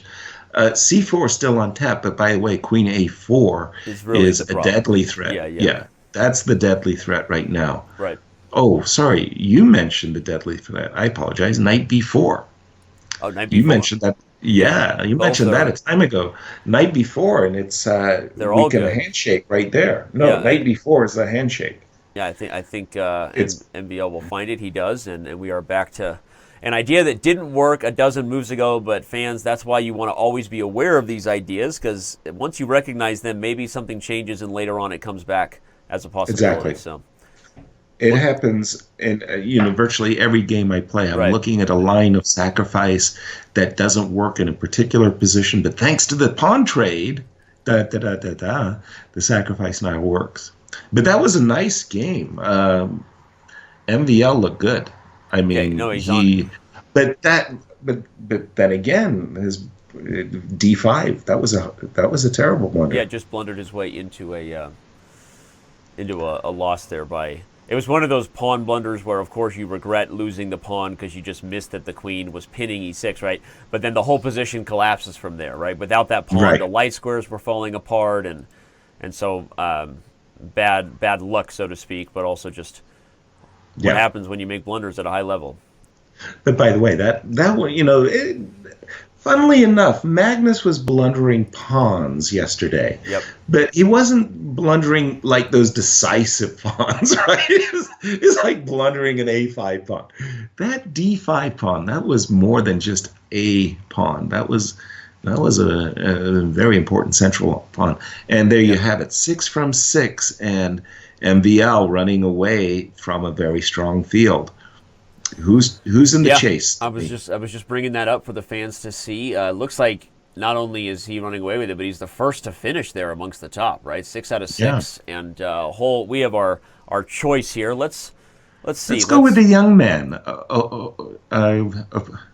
Parent, Grigori right here. This is and he's also taken on another young man, but I guess not quite as young, but a countryman there from Russia. Yes. And so what do we see about this position? Well, we've got a couple of extra pawns for black. A good sign for him. And, well, I mean, black would just be overwhelmingly winning if he can manage to put his dark square bishop on the long diagonal.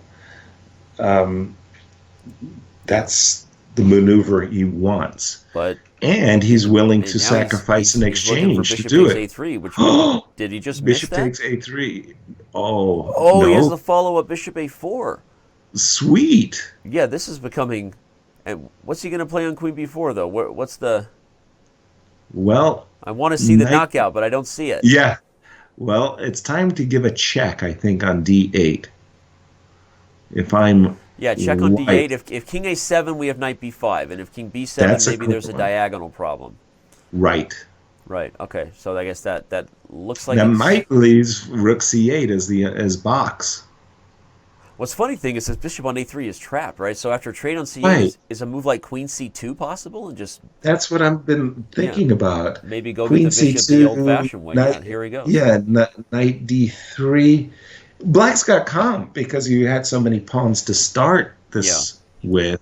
Knight D3. If you go for this, there's no immediate win for black, but it's but the king is open and there's a whole lot of weird pawn things going on here. Well, he's going for it. I was thinking Knight A2. Yeah. Okay. Yeah. Even better. Yeah. Yeah. Well, King B1. No, but you're right. This idea was key because it opened up Queen C4 check, right? And and now I've got Bishop B5. Yeah. And who do we like? I think do we like what? No. Yeah, that C4 pawn was actually untouchable. Don't play King A2, Knight B4. No, he did it. Oh, he did it. Talk about a commentator's curse. I just called it, and he blundered right into it. Ouchtown. You're going to have to offer some lunch money to poor Grigori there. Wow. The commentator's curse. He walked himself right into it, and Royal forks are the best. Royal forks are the best. We've had enough of those to be happy today. Where does that put us in terms of the standings if we pop over here? And right now, Sergio has 5.5 out of 6. I misspoke. I thought MVL had a full point lead. I was wrong. No, well, I guess you were right at the time, but the other games just haven't finished yet. Thank you. Right? They had Sergei Grigorians gets a victory, and that means we're kind of seeing a clear leader set, right? Look at those 4 guys right there at the top, and so that puts us in pretty clear understanding of who's pulling away with it right now. Of the games remaining, we see a grandmaster we saw lose earlier to a very nice queen sack to MVL. We've got our boy Lawrence Trent. Maybe we'll open up that one right here and see what Mr. Trent is doing. Whoever's black, he's lost. Trent is lost. That's what he's doing.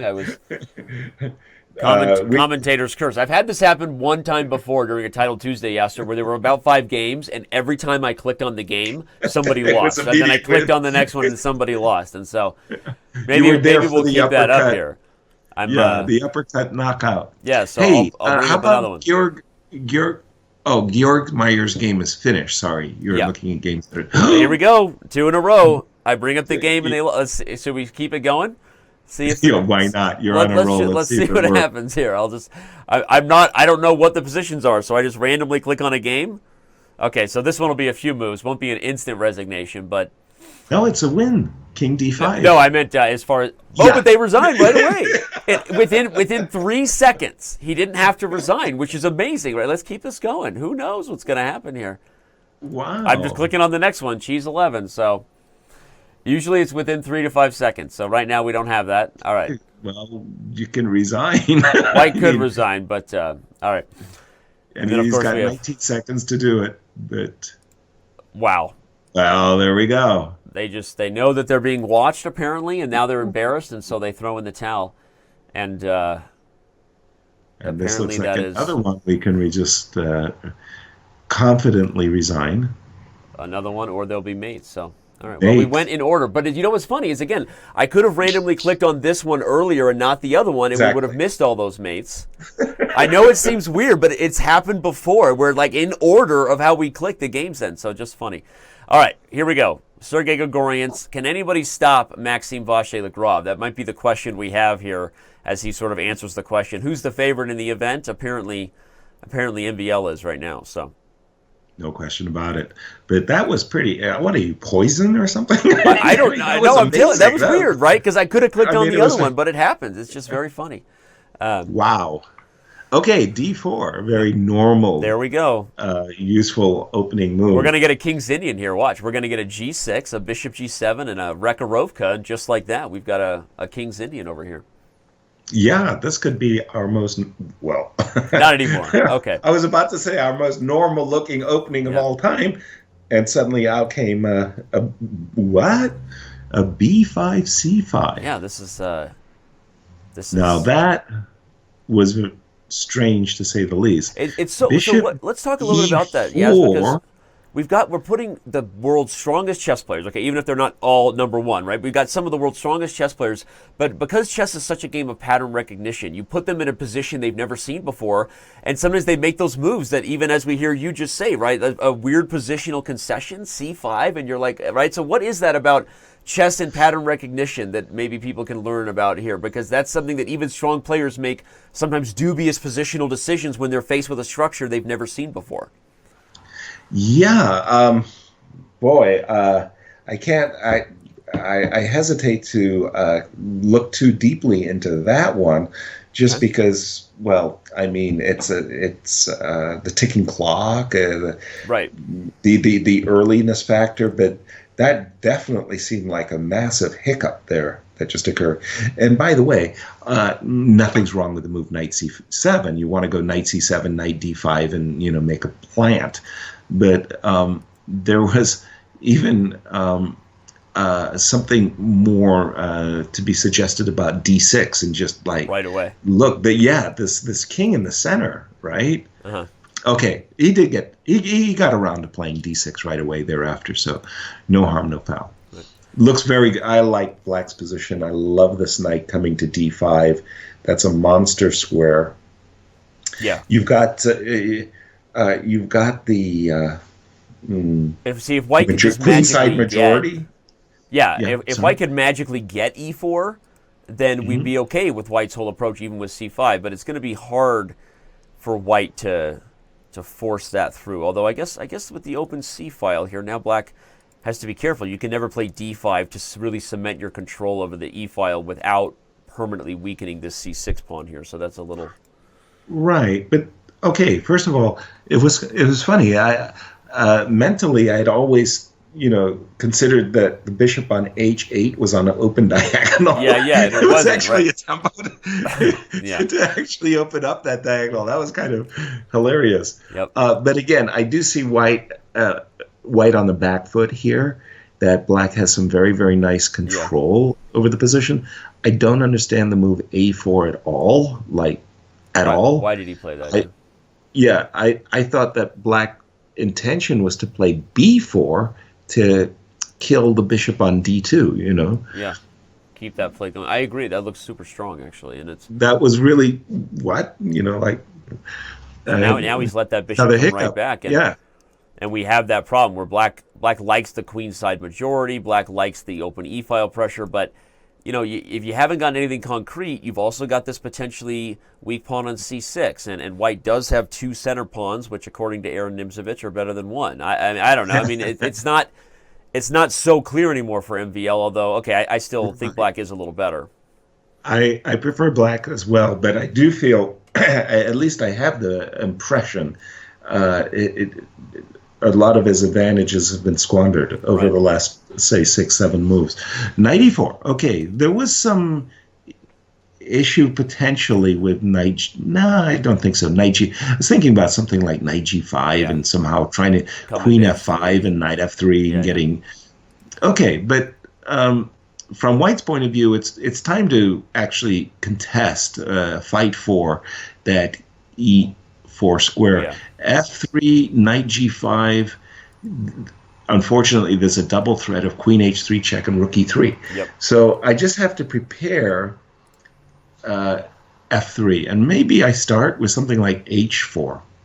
I like h4 a lot. I think MVL took his time there because he really wanted to make sure he chose the right plan. f5, right? A really committal idea. He's saying, I'm going to make sure you don't get these light squares back, even at the risk of opening my king. That's right. Yeah, so that'll be, because now you have b3 that you're eyeing, and that could expose the move that you questioned with a4. So this is a tough battle, more than we've seen the last couple of games MVL's faced. By the way, Sergio, hat tip to him. I'm unfamiliar with him, but he's putting up a hell of a lot better resistance than some of MVL's earlier victories. And now it's a full scale fight. Yeah, we've got the weaknesses of c6 versus e3, right? Which one will be easier to target? I like this move g5. It wasn't obvious until he actually put it on the board, but there was a moment there that white could have been considering h4 and knight f4 and planning the knight on f4. g5 just stripped that idea away and introduced g4. Knight f2, good move. Okay. Who is this masked man? I'm impressed. He's and he plays regularly in our Title Tuesdays. He's been one of the stronger Russian grandmasters who's been competing on Chess.com this year. Because I didn't know who he was until he qualified for the Speed Chess Championship as well. So full disclosure. Yeah. Well, MVL wants g4, right, and then get g4 back. Is this the idea? Yeah, he's been fighting for some time on these light squares on the king side. Now, bishop d2, okay. I can understand that he was concerned about knight d5 and tempo against the e3 pawn, but that really doesn't stop black from initiating g4. I thought white was going to have to play h3. Yeah, after h5. I thought the same thing. Yeah.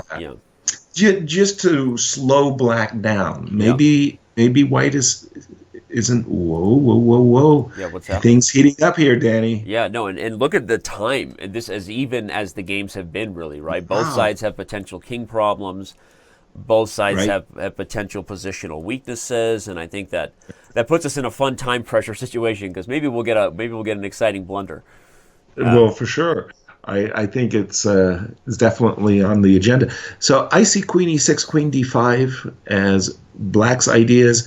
I think you're going to have to pitch the e pawn and just play rook h1. He didn't play. Interesting idea. Yes, I wonder if in this position white had a shot like d5 followed by swinging the queen, but that's I don't know. Too late now, but that's interesting. Oh, now he goes for d5 though. The clearance sacrifice, right? Opening the diagonal and the queen. I think that's that could end up putting the MVL under a lot of pressure. Well, queen d4 runs into rook c4. Rook c4. Queen has to drop back to he dropped back to. He wants the diagonal, but. He really does. But now maybe there's a clearance sack coming back. Here comes d4, and I'm going to grab the diagonal first. Okay, he plays there. I was wondering if he should have played d4 first, but. Well, I saw queen c6 with the idea of d4 check. But is he walking into rook takes h6 now? That was another reason to play d4. D4 check. Oh, intermezzo. You have d4 check. Okay, Yeah, great. Got it. yeah. And I think d4 and rook c2 is definitely on enough. Black's agenda. Yeah. Well, he goes Okay, for d4. it. What is the idea? Oh, I forgot that e4 guards this. Oh, I totally forgot E4 e4 guards the rook. It's a blunder. No, it's not clear yet. I take on e4. f5 takes e4. Okay. With the threat of e3 check. Right. Devastation. White's up a piece, but there's a ton of problems here for white. Yeah. Okay, so maybe you're right. Maybe it's still okay. But I'm sure when he calculated this, MVL had the same same thing. a blind spot. Right? Yeah. The bishop was the bishop actually. Wow. I mean, talk about random universe things. Okay, but he's thinking about it because he's got another shot. Maybe knight e4 is even stronger than FE. Okay, he goes for it. Yeah, he's calculated and decided. Because I guess if knight takes, you take with check, and then rook c2 is. Whoa, is he just? Why is rook c2 not winning? The queen guards b7 against this queen.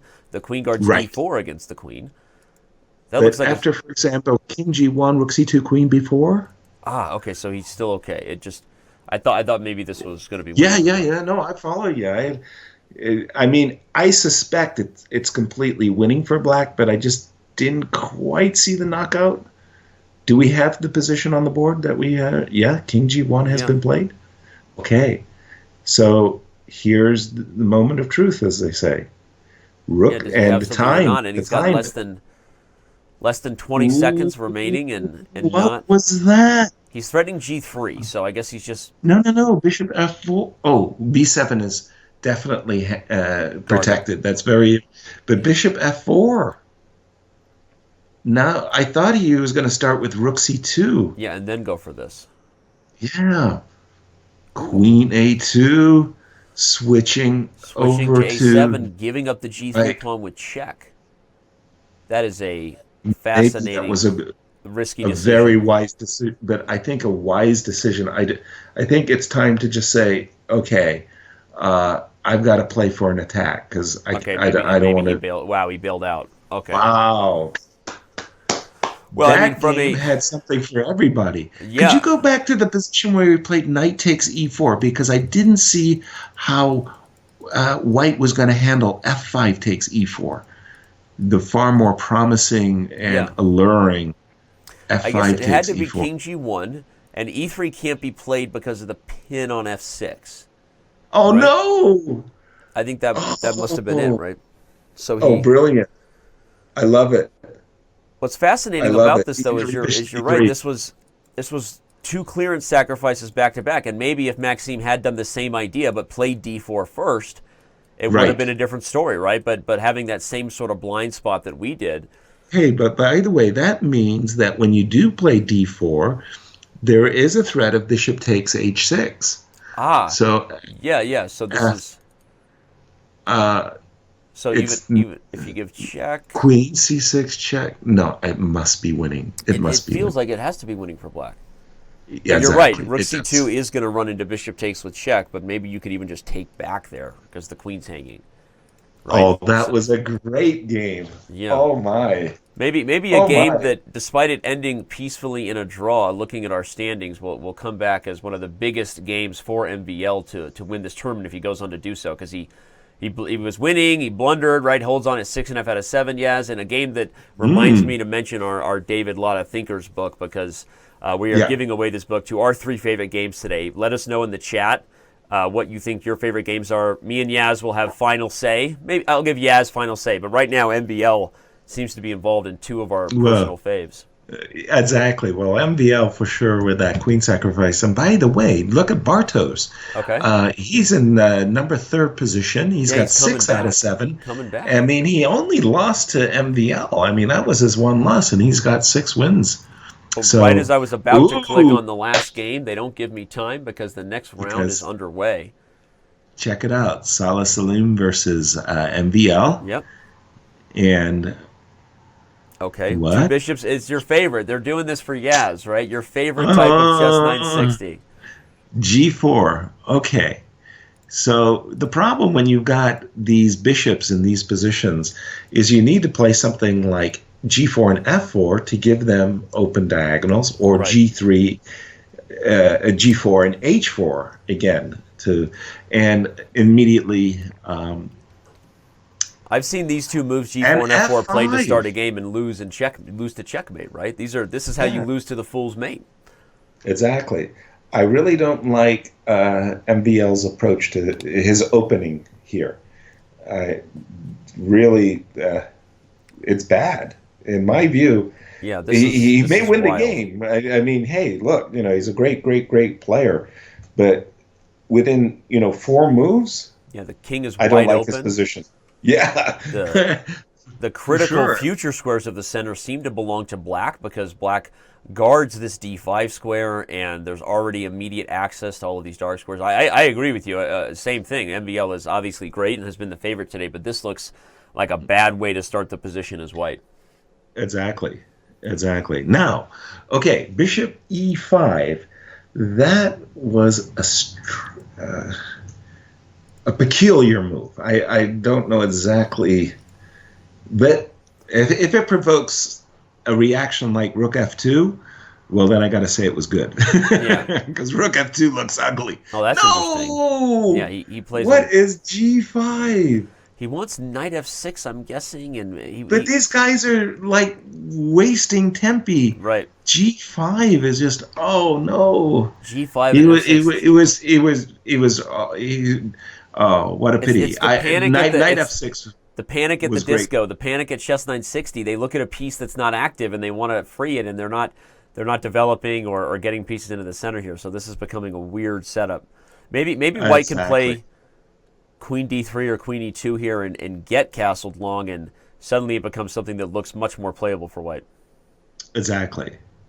No, I mean, either one of those, queen f3, also just, get your king out of dodge and into safety. Yeah. And then white will be a very happy camper. Oh my, but that was some very, very strange opening decisions by both players. That g5, wasting a tempo like that. What was he thinking? Weird, and it leaves this e7 pawn permanently crippled. It's a very strange structure now for black. Yeah. This bishop looks happy now, but if you play king b1, and if I can undermine that bishop, I agree with you. Yeah. Yeah. No, king b1 is that's an automatic. You want to get off that diagonal, and there's even, you start to think about undermining ideas like h4, knight e2. I like it. h4, knight e2 ideas. Bishop kind of trap. Saves the bishop d3 rather than just getting castled. I mean, you can't save the bishop pair anymore. Anyway, because isn't knight c4 coming? I don't know. That's a surprising move by Maxime. I think you were right. For me too. King b1 was better. Yeah, I think king b1 was like an automatic. Even if I wanted to play the move bishop d3, I think my hand in the game of blitz, I would have taken over kind of a Dr. Strangelove type of situation. Yeah. Okay, king b1. I mean, again, you got to just, He does it now. And now he's saved the bishop pair, which is a key point. And now, by the way, black should have played knight c4 instead of castle long, but okay. Two very nice ideas for white. Knight g2, knight e2, the bishop on f4, currently trapped. If you could capture that bishop and on a good day get to play bishop g1 to h2, well, I promise you a pot of gold at the end of the rainbow. Right. That is a tunnel. That is a tunnel I would like to drive down right there. The other idea I was going to say is d5 coming at some point. Yeah. Okay, I think your Also idea is the more principled and kind of best way to take advantage of black's current No. D5 and bishop takes a7. Those types of tactics. Maybe I was right. Maybe those are very, very, very, very good tactics, Danny. I like it. Right. The only reason I'd hesitate to d5 because the knight on d7 is crap. Right. You don't want to give it any of these. To and that's E5. probably why he dismisses it, right? You just don't want to breathe life into the... Exactly. And I mean, when your opponent is suffering, you throw him an anvil. Yep. Yeah. I think the line is when your opponent is drowning, Yeah, you throw him an handle. Right. You don't want to give him any reason, to think that he's still in. He should be fighting anymore. Knight G2, pardon me, very nice move. Salah in trouble at this very crucial round juncture in the tournament. Yeah, he is. It's 9 rounds, right? Is it 9 or 10 rounds? It's 9. It's 9 You rounds. tell me. So we only have 9. one more. That's what I'm saying. This could be for the trip to Reykjavik. Yep. These are two of our leaders, everybody. If you're just joining us, again, this is the Chess.com 960 Chess Championship. The first. With me is Grandmaster Yasser Seirawan. We're having a ball. We got a lot of viewers, over 2,500 of them on Twitch, and no homepage love from Twitch today, which means these are all organic viewers who just came to watch you. Oh, lovely. Well, thank you so much to each and everyone. A shout out. First of all, once again, it's a pleasure for me. This is my first with Danny. G5 automatic, by the way. Yep. The F5 square is a great square for Black's pieces. Don't let him roost on the F5 square. Let Black have a pawn instead. And now Bishop H2 and Bishop takes F4. Easy idea play. He's going to go for it. Okay. H4. I thought Bishop H2, but I like this too. Knight G6 will run into H5. Now there's even ideas of trying to go after the E6 bishop. There's, maybe quickly grab the open file here, rook E1 or rook E2, followed by bishop H2. I'm loving white on a lot of levels. I like knight E2. Knight E2, yeah, that's a good one. To stick the knight on F4 kind of thing. Yep. No, I love it. I think even also going back to your idea. No, D5. Wow. What's he doing? Yeah, this is brilliant. This is brilliant. We didn't like Bishop it earlier takes because of F5 knight check. E5. Okay, he's got bishop takes F5 coming in the end.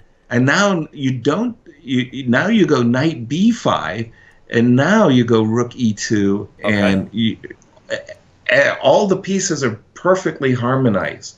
White has got hitting A7. He's going to play queen takes F4, mate on and rook E2. Yeah. Oh, I love it. That is a everything comes together, game. Right? It's like it was planned. It's like symphony. It was fate. Look at that. Yeah. One of my very favorite players who really doesn't get the love he deserved was Vasil Smyslov. Yeah. And if you look at his games, people, you are going to be amazed at his harmonic convergences. Yeah. I mean, he did some beautiful things, and this is a beautiful convergence that MVL is putting together. Very, very, very impressive game. Hasn't won it. I mean, we could see a horrifying blunder. But with the time advantage of almost a minute too, he's again showing why stronger players usually when they're winning they're also up on time. So I don't expect him to blow this one at this point. Nope. And especially when you see that, I mean, as Roman Gingi-Hashvili famously declared, White has pawn and compensation. Right. Bishop H2, rook takes H7, be greedy if you like. Why not? Time to get greedy. G4, Queen E5 is the automatic. I know. I was looking for ways to bring in Bishop F5. Queen G4 looked also really, really good because you just love to have your opponent take the knight. Just take the knight. The ghost of Ban Quo says, "I wish I got as excited about anything as Yasser Seirawan gets about good piece coordination." So there you go. I mean, it just brings a smile to your face, you know, like and especially, and I love this, predicting when you see that these top grandmasters, you found the same idea that they played. I mean, this wow. Well, and it's nice when, like you said, because it happens all at once, where the pieces don't seem to be doing something super aggressive or effective, but then it's that one breakthrough move, and then you recognize that all these pieces sort of have a long distance relationship on the squares, on A7, on D6, on C7, right? It just comes to life, and it is a beautiful It's thing. magic. Yeah, this was a very, very impressive game. And in addition to that crazy and wild draw last round against Sergei Grigorians, this is maybe going to put Maxime in the position to win the event. With that, Grandmaster Salim goes down. We pop back over to the standings. We see Leon Beast he leapfrogged Sergei Grigorians, who also won. Okay. But he's now got 7.5 out of 8 with one last round to go. He can't play Grigorians or the man in fourth place there, Bartosz. Excuse me, I'm sorry, I'm Bartosz Sako. Because he has won against him. Yes. And he's already won against Grandmaster Salim. Sala, yeah. We could see Georg Meyer. Maybe Georg Meyer, yeah. We could see an international master, the Jerry or Terry Renato. We've seen him play a lot, and he's done well in some Chess960 and Title Tuesday tournaments. So he's a very talented international master, especially at Blitz. Mm-hmm. Okay, who do we have? By the way, in the books that David is giving, I've got MVL for all three. Yeah, really. At this point, can we just give all the books to Maxime? I don't know that David would be happy about that. No. But seriously, it's been pretty impressive, and maybe the fans can help us out in the chat or some of my teammates. What do we got here? I just clicked to a game, and we have 2 bishops, open position. 2 bishops are better than 1, and Dmitry Andreikin goes on to win. I'm surprised that Black is even still making. Nope, he didn't. I jinxed him. As soon as I click on the game, it ends within a few moves. And here we go. The curse continues. Here, I think that White will also just resign, as Black will sacrifice and win with the H-pawn. So, frustrating to be White. Chess is eternal, but so is this loss. A loss is for keeps. Yeah, sir. You know what they say, right? Never goes away. No. It's true, and I've traveled the world, and I always enjoy it when I run into somebody and they go, "Yeah, sir, why, you've done so well," and and they go, "I only beat you that one time," and I'm like, number one, who is this person?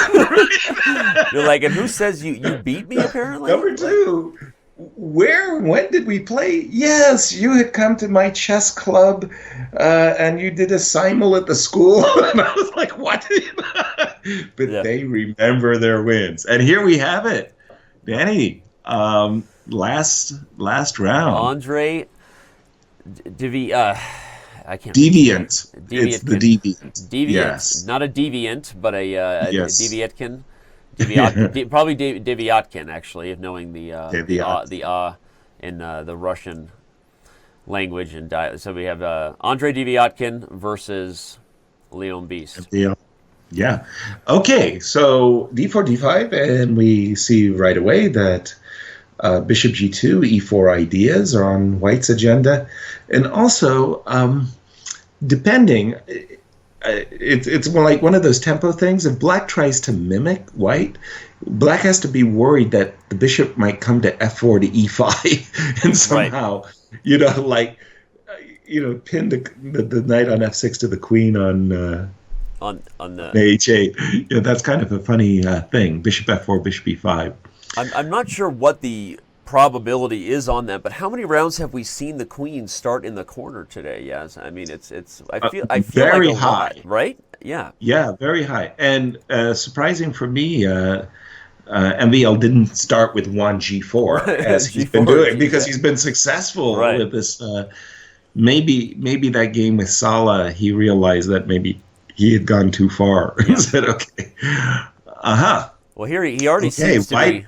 Yeah, White is doing nicely. White is doing well. He already seems to be pressing. He has options to castle short. I'm seeing castle short, c2, c4. Yep. Ideas of bishop takes b7. Ooh. Okay. Deviatkin says I'm not gonna go quietly into the knight. Wow. Yeah. But now f6 will win the two bishops, Yeah, but after I guess e4 is his idea. Yeah, it must be. Yeah, e4 white will have a favorable what? Okay, so black decides to prevent that. He's going to take with the pawn so that he can meet e4 with this, but now he's made a huge positional concession with these double pawns. For sure he has. And this is one of those, the cure may be worse than the disease kind of thing. you picked your poison, and what did they say on Indiana Jones? He chose poorly. So yes, exactly. He chose well. Yeah. But bishop takes d6, e4, c6, and okay, white has some, but black has two bishops. Here, I just don't know what black has, and I'm seeing ideas: queen b4, a4, and a rover. Okay, f5 makes sense to slow down any ideas of e4, but I'm still seeing queen b4, c4. I'm seeing a4, rook a3, queen b4, and c4 kind of ideas. Where is black's king going? That's a great point, especially because white, in the plan you gave with queen b4 and a4 and all these things, white can castle short at almost any moment. Any given moment. And black's not castling short anymore, and he's probably not castling long for a while. The good news about this move, rook c8, is queen b4 now gets handsomely met by rook c4. Yeah. So maybe a4, I was just going to say, maybe a4 first, and he played it, to... exactly. So that the move queen b4 can come, rook c4, queen b3 now possible due to the fact that bishop b4 doesn't work. So yeah, that's a nice move there by Maxime. Yeah. Well, I must say, his play, one of the things, I mean, Maggie, what can you say about Magnus? I mean, he's the world champion, and the guy's just too damn good. Was his consistency. Yeah. Maggie's consistency. So far, I mean, MVL, pretty impressive, right? Well, he's on his way to maybe winning the event with 8.5 out of 9, right? And the one draw was a game where, okay, it could have gone either way by the end, but he also had chances to win. So, no, consistency has been MVL's calling card today. I agree. He's very a smooth operator right now. Sade loves you. A smooth operator. Smooth operator, that's right. Yeah. No, you're right. Okay. H5 is maybe preparing for black. He's saying if you castle short, maybe I'll have some sort of chance. But what about a move like H3? I guess you don't want H4. Okay, you don't want to... Yeah. I was thinking that he was definitely going to go queen d2 and castle short. But he decided with the move king b2 that, well, his king's actually quite safe on the king's... Well, king b8. Black's back in the game. Yeah, black is back in the game. I actually think unless you're getting in c4 and an attack against b7, then black is not that... Yeah. Those double pawns in the center control a lot of squares. They're looking a lot better than they first did. Plus, you always have that long-term feature of the bishop pair, which even if it's not noticed right away... Right, everybody, at some point the position maybe will get that open tension that makes that dark square bishop extra valuable. So you always have to be careful with the potential there. Right. And this is actually a demonstration that something's not altogether copacetic about White's position, that he's going to have to slow play his C3, C4 break. Yeah. He's going to have to play king b2, knight b2, king a2, knight b2, c4 to get it in. And did I lose Yas? Yas, you there? Yas, are you there? Yes, I am. Okay. Sorry, did I get lost? Lost you just for a sec. So complete that thought. You said king a2, knight b2, c4? Yeah, and that's how he's going to get in c4, but it doesn't come with that triumphal oomph he wanted to. Queen h7 just setting up a nasty potential for f5, f4. Dealt with. MVL is patiently playing. He had to defend the knight to kind of prevent the power of that discovered attack. No, but you're right. This has become anybody's game here. The tension is all about who wants to break more. But if you do it, don't give your opponent more life than they currently have, right? You don't want to open up the position too fast. That's right. Okay, what do you think about the risky king a3 followed by c4? Wow, I think I think, like you said, a little risky, but because you're always walking into that discover check. But maybe you can get away with that. Knight b4, I think, is preparing for the tactical dynamics that will occur after c4. Right, he's putting the knight and bishop kind of pointing at the same area, and hoping that c4 will be a little trickier to handle. Then look at time, by the way. Time is where MVL is really in the lead in this game right now. Mm-hmm. And once again, great clock management. What else can you call it? Yeah. Ooh, a5.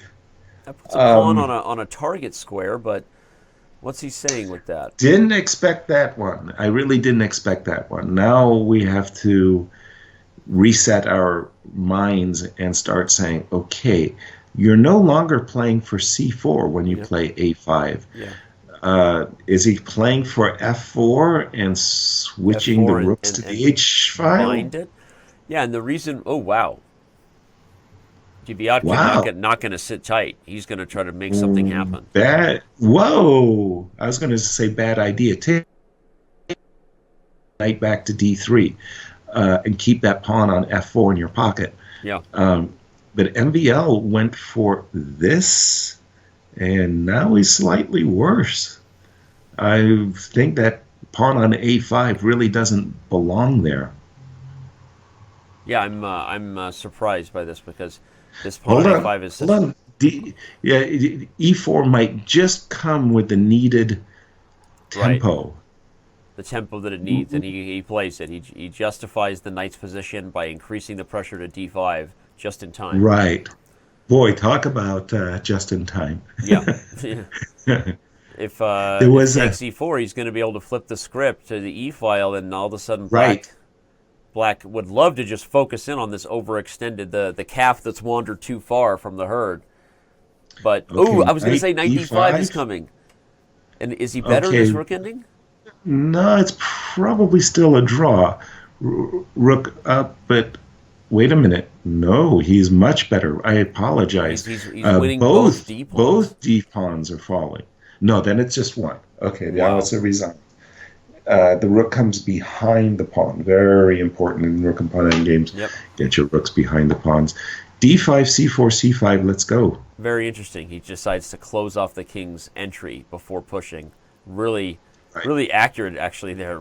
Now Black is being strangled. Right? Yes.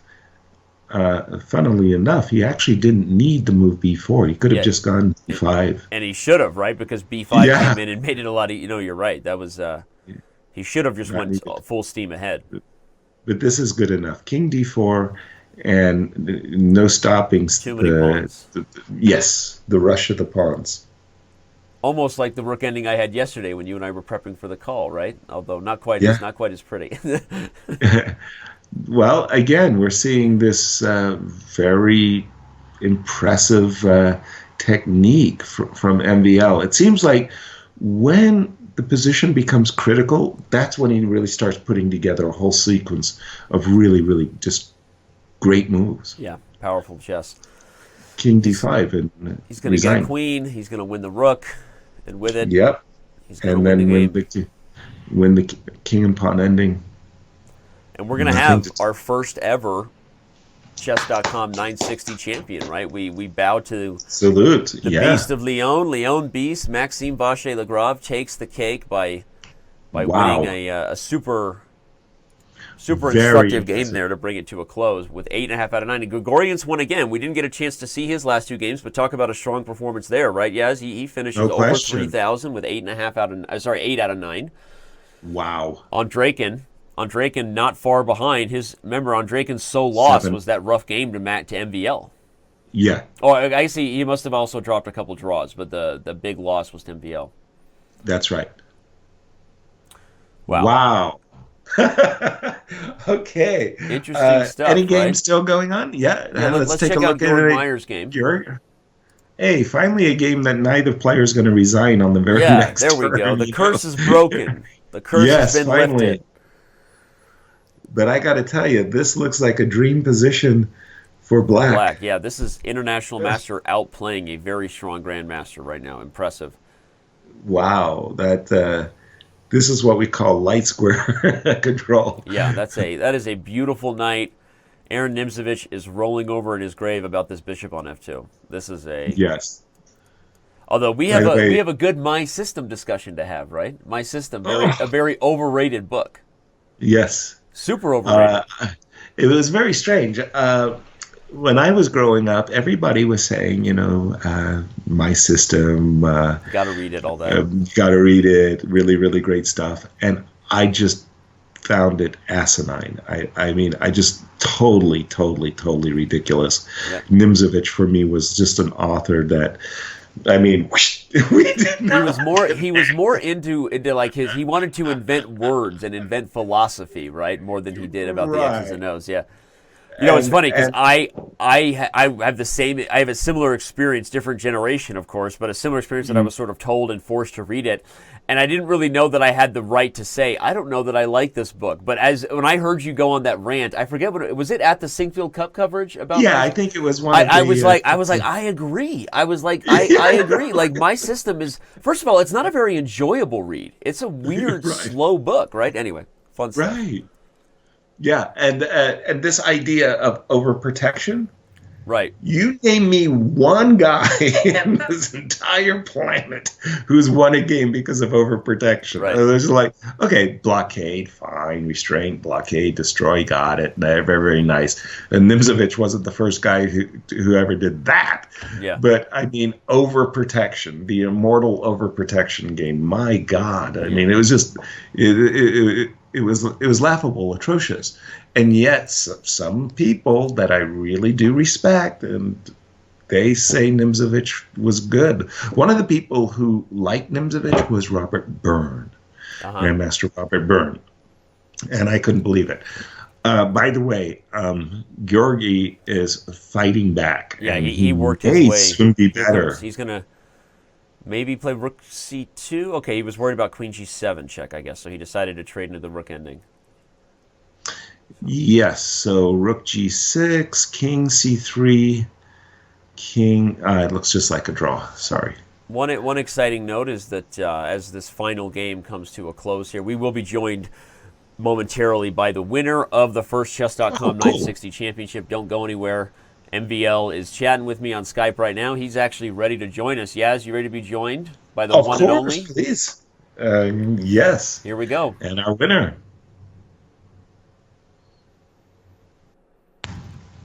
I'm actually go ahead and stop sharing my screen, Yaz, so we can just talk to Maxime here. Hello. Hey. Hello. Hi, Maxime. I'm trying to get things right here so we can have a nice. Hi, Danny. Yasser. Okay. Hello, Maxime. Congratulations. Thanks. Yes, very impressive. I mean, I didn't really know what to expect. I have an SD card, so I wasn't sure my head would function, but as it so happened, it did more or less. Yeah, I just blundered a couple of things, like against Gregorians. This e4. Yes. Yeah, e4 and the bishop guards the rook. Yeah. Yeah, I saw it when it was too late. I mean, I should have played d4 right away, of course. We were literally all simpatico on that one. The universe had us aligned because we were saying the same thing. We suggested d4 first. You didn't play it, and we were like, "Oh, it's okay." But then all of a sudden, we realized the bishop was guarding the rook, and that black had some problems. So, yeah. Well, congratulations, Maxime. It was actually pretty funny, but yes, of course, congratulations. Now you've won a trip to Reykjavik. How exciting! Yeah, it's nice. I mean, I've been to Reykjavik. It's a nice place. It is. I don't think I will go, but we were just going to ask. Will I you recommend be taking it. the prize? I recommend it, but yeah, I don't think I'll be able to attend. I mean, it's one trip too many. I was just going to say, what are your plans for this year? You and I, we talked a lot last year that you were. I think you probably played more games of any Grandmaster in the top 10. You were at every Grand Prix and every World Cup and every Grand Chess Tour event. I mean, you were all over the place. So what are your plans for 2018? If now that you've started 2018 the right way by winning the first Chess.com 960 championship, but are you going to take it a little more easy this year? Not as many tournaments? Well, I mean, I would have said my main plane is a candidate, but apparently I didn't qualify. Mm-hmm. So, well, of course, there's a Grand Chess 2, and, well, I mean, everything's still coming into place, but I should have enough tournaments, not to feel like I should retire. Don't retire. No, you're a very exciting player to watch. But will you attend the candidates in any capacity, Maxime? Well, I don't think I will physically attend it. I mean, going to Berlin, I mean, it's not far away, but so normally, I might have gone there, but yeah, it might be a bit harsh for my, for my feelings. But of course, I will be following. I mean, yes, it's one event, a chess enthusiast cannot miss. Even if he would have preferred, to play it instead of watching it at home. Well, despite the, obviously it was a huge disappointment that that you weren't able to get in, and not trying to belabor or talk too much about that point and remind you of it. A lot of chess fans cried tears when you were not able to get into the system. But maybe I haven't talked to you since then. What are your thoughts on that? I mean, is it something that you feel could be readdressed as far as how the system is set up? And given that you had such a phenomenal 2017, and we're certainly in a position as one of the best players in the world that we think you should be there. So what are your thoughts on how all that broke down? Maxime? Yasser, you here?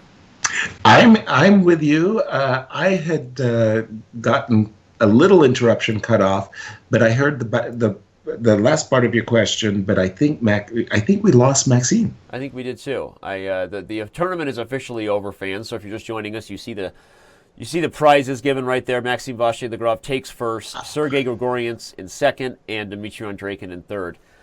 Maxime, you're back now? Yeah. No, I heard your question, and I was answering it, and the Illuminati killed the call. You were answering the controversial question, and the Illuminati killed the call. That happens all the time. Yeah, something like that. Anyway, so I'll answer it again. So the question was about the candidates, right? I mean, this candidate system. I mean, there's always going to be a deserving player that's going to miss out whatever the system is, because, it's clear. I mean, all the players who play there are deserving, and there's, a few more players that could very well have attended. I'm thinking about Vichy, I'm thinking about Hikaru, of course I'm thinking about myself. So, I don't see any dramatic change to do to the system, because I think overall, it values, your skills, and, just because I didn't qualify means that the system is trash, right? But I would get rid, if it was in my power, I would get rid of the wild card, of course. That's probably the only thing I could address, and then, but overall, the system is pretty fair, so I'm all right with it. Maxime, question for you. When you look at Berlin and the current candidates, who would you think is Magnus's biggest challenger, opponent? Who could give him a great match? Yeah, it's hard to say, because, of course, it's clear. I mean, to me, I might. Magnus himself might correct me, but I think starting from actually his match with Sergei, and then mostly throughout 2017, he had a few very nice events. I'm thinking about Sinquefield Cup. In terms of level of play, I'm thinking about Isle of Man. Yes.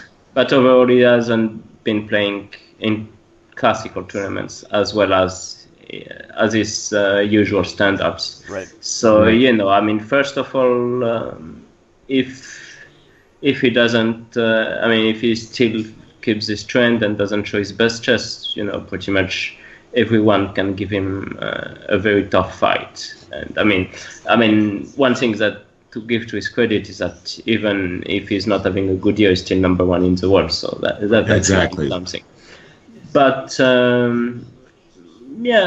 anyway, I think the gap has been decreasing overall. So that means that everyone could give him a challenge. I mean, then there's a question of styles, of course, but it's people adapt when they play in a match. So yes, it's hard to say. At some point, nobody would have expected, for instance, Alekhine to beat Capablanca, I think, at the time. So clear. Or for that matter, Sergei to play Magnus to overtime. Right. Exactly. Yeah. Well, maybe Danny, somebody on the chat might have a question for Maxime. Otherwise, we let him go and congratulate him. That's a great question. Let's do that. Let me load up Twitch or Chess.com TV and see if we can bring a great question to the forefront from the audience. Yeah. So Maxime, this is you just won the first Chess.com 960 championship. We were wondering beforehand how many of the top players in the world feel good about their Chess 960 skills, right? There used to be the Amber event. Honestly, I didn't feel good before the tournament, but maybe I'll reconsider. I felt like, but maybe because this time I was a bit more focused, I don't know. But in general, I have a tendency to blunder. I think my tournament tonight could have taken a pretty, different direction. If not, in this game against Gabi Sargsyan, I think I was in certain trouble in that game. So, in the end, I won it. I turned the tables, but had I not, of course, it would have been a much different story. Yeah.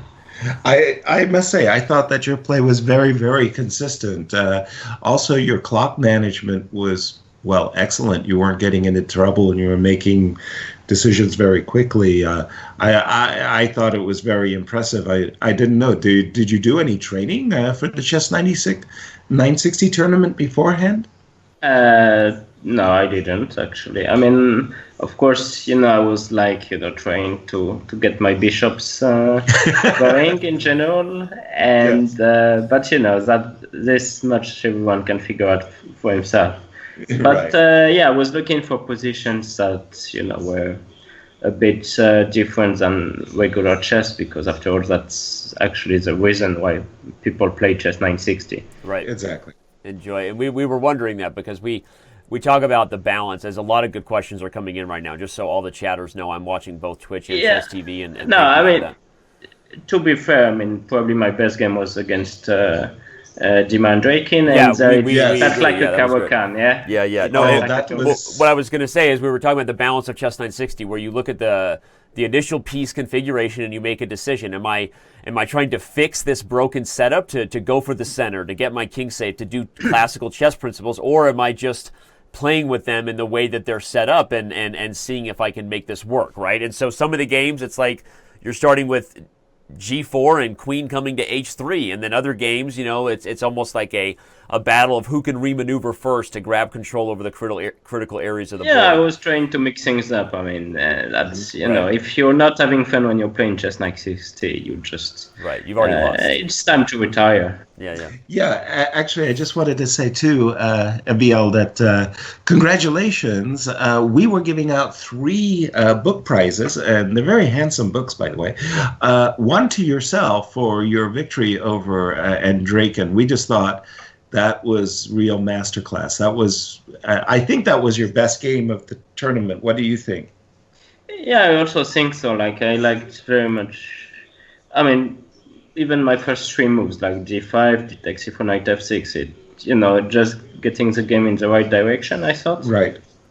And then I managed to get, my king, because at first my plan was actually to castle kingside. Right, which we expected, yeah. Right. But then I realized I might as well go up the center with my rooks, and then I I managed to get my pieces out, and his own queen side was not getting developed anytime soon, so that cost him big in the end. Yeah. Well, very, very, very nice. But so you will be getting this special book. Danny will tell you all about it. That's right. That's right. You've probably seen it. David Lauda's book, The Thinkers, and we'll come up with a couple of books. Of course. I'm sure there's nice probably book. a picture of you in there. Actually, I don't think there is, but really? yeah. That's probably because you look a little too relaxed. You look a little too relaxed when you're playing chess. That's probably what. Yeah. No, that's Joe, right. We have so many questions that came in. I'm not going to keep you here all day. There's a lot of comments from both the Chess TV chat and Twitch. A lot of people just wishing you congratulations, Robert0585. We've got one question: is who's your best friend amongst the world's elite players of all the players you guys all rub elbows with all the time? People want to know who is the most social and who do you hang out with the most, if any of them, if you had to say. Well, I actually hang out with a few of them. I don't want to pick besties, but okay. I hang out quite a lot in general with Levan and Fabiano. Yeah, okay. For that matter. Okay, you're starting a streaming channel. One fan asked. Obviously, I talked about that while you were playing well today. Once you get going, how often do you think you'll be able to play your games on Chess.com as you crush people's souls in 3-check? Yeah, actually, my plan was, of course, to get a bit of training as well. I mean, useful training before tournaments. I might as well give a few of my sets that I thought that could be fun. But of course, I'm looking forward to play King on the Hill, switch checks, of course, and stuff like that. Maybe stream a bit in French. So, of course, I have many plans. I don't have enough time for all of them, probably. Right. And I mean, I don't think I'll be a regular streamer like twice a week. That would be even too much. But like if I'm at home, I'll try to stream at least once a week, maybe more. I don't know. Yeah.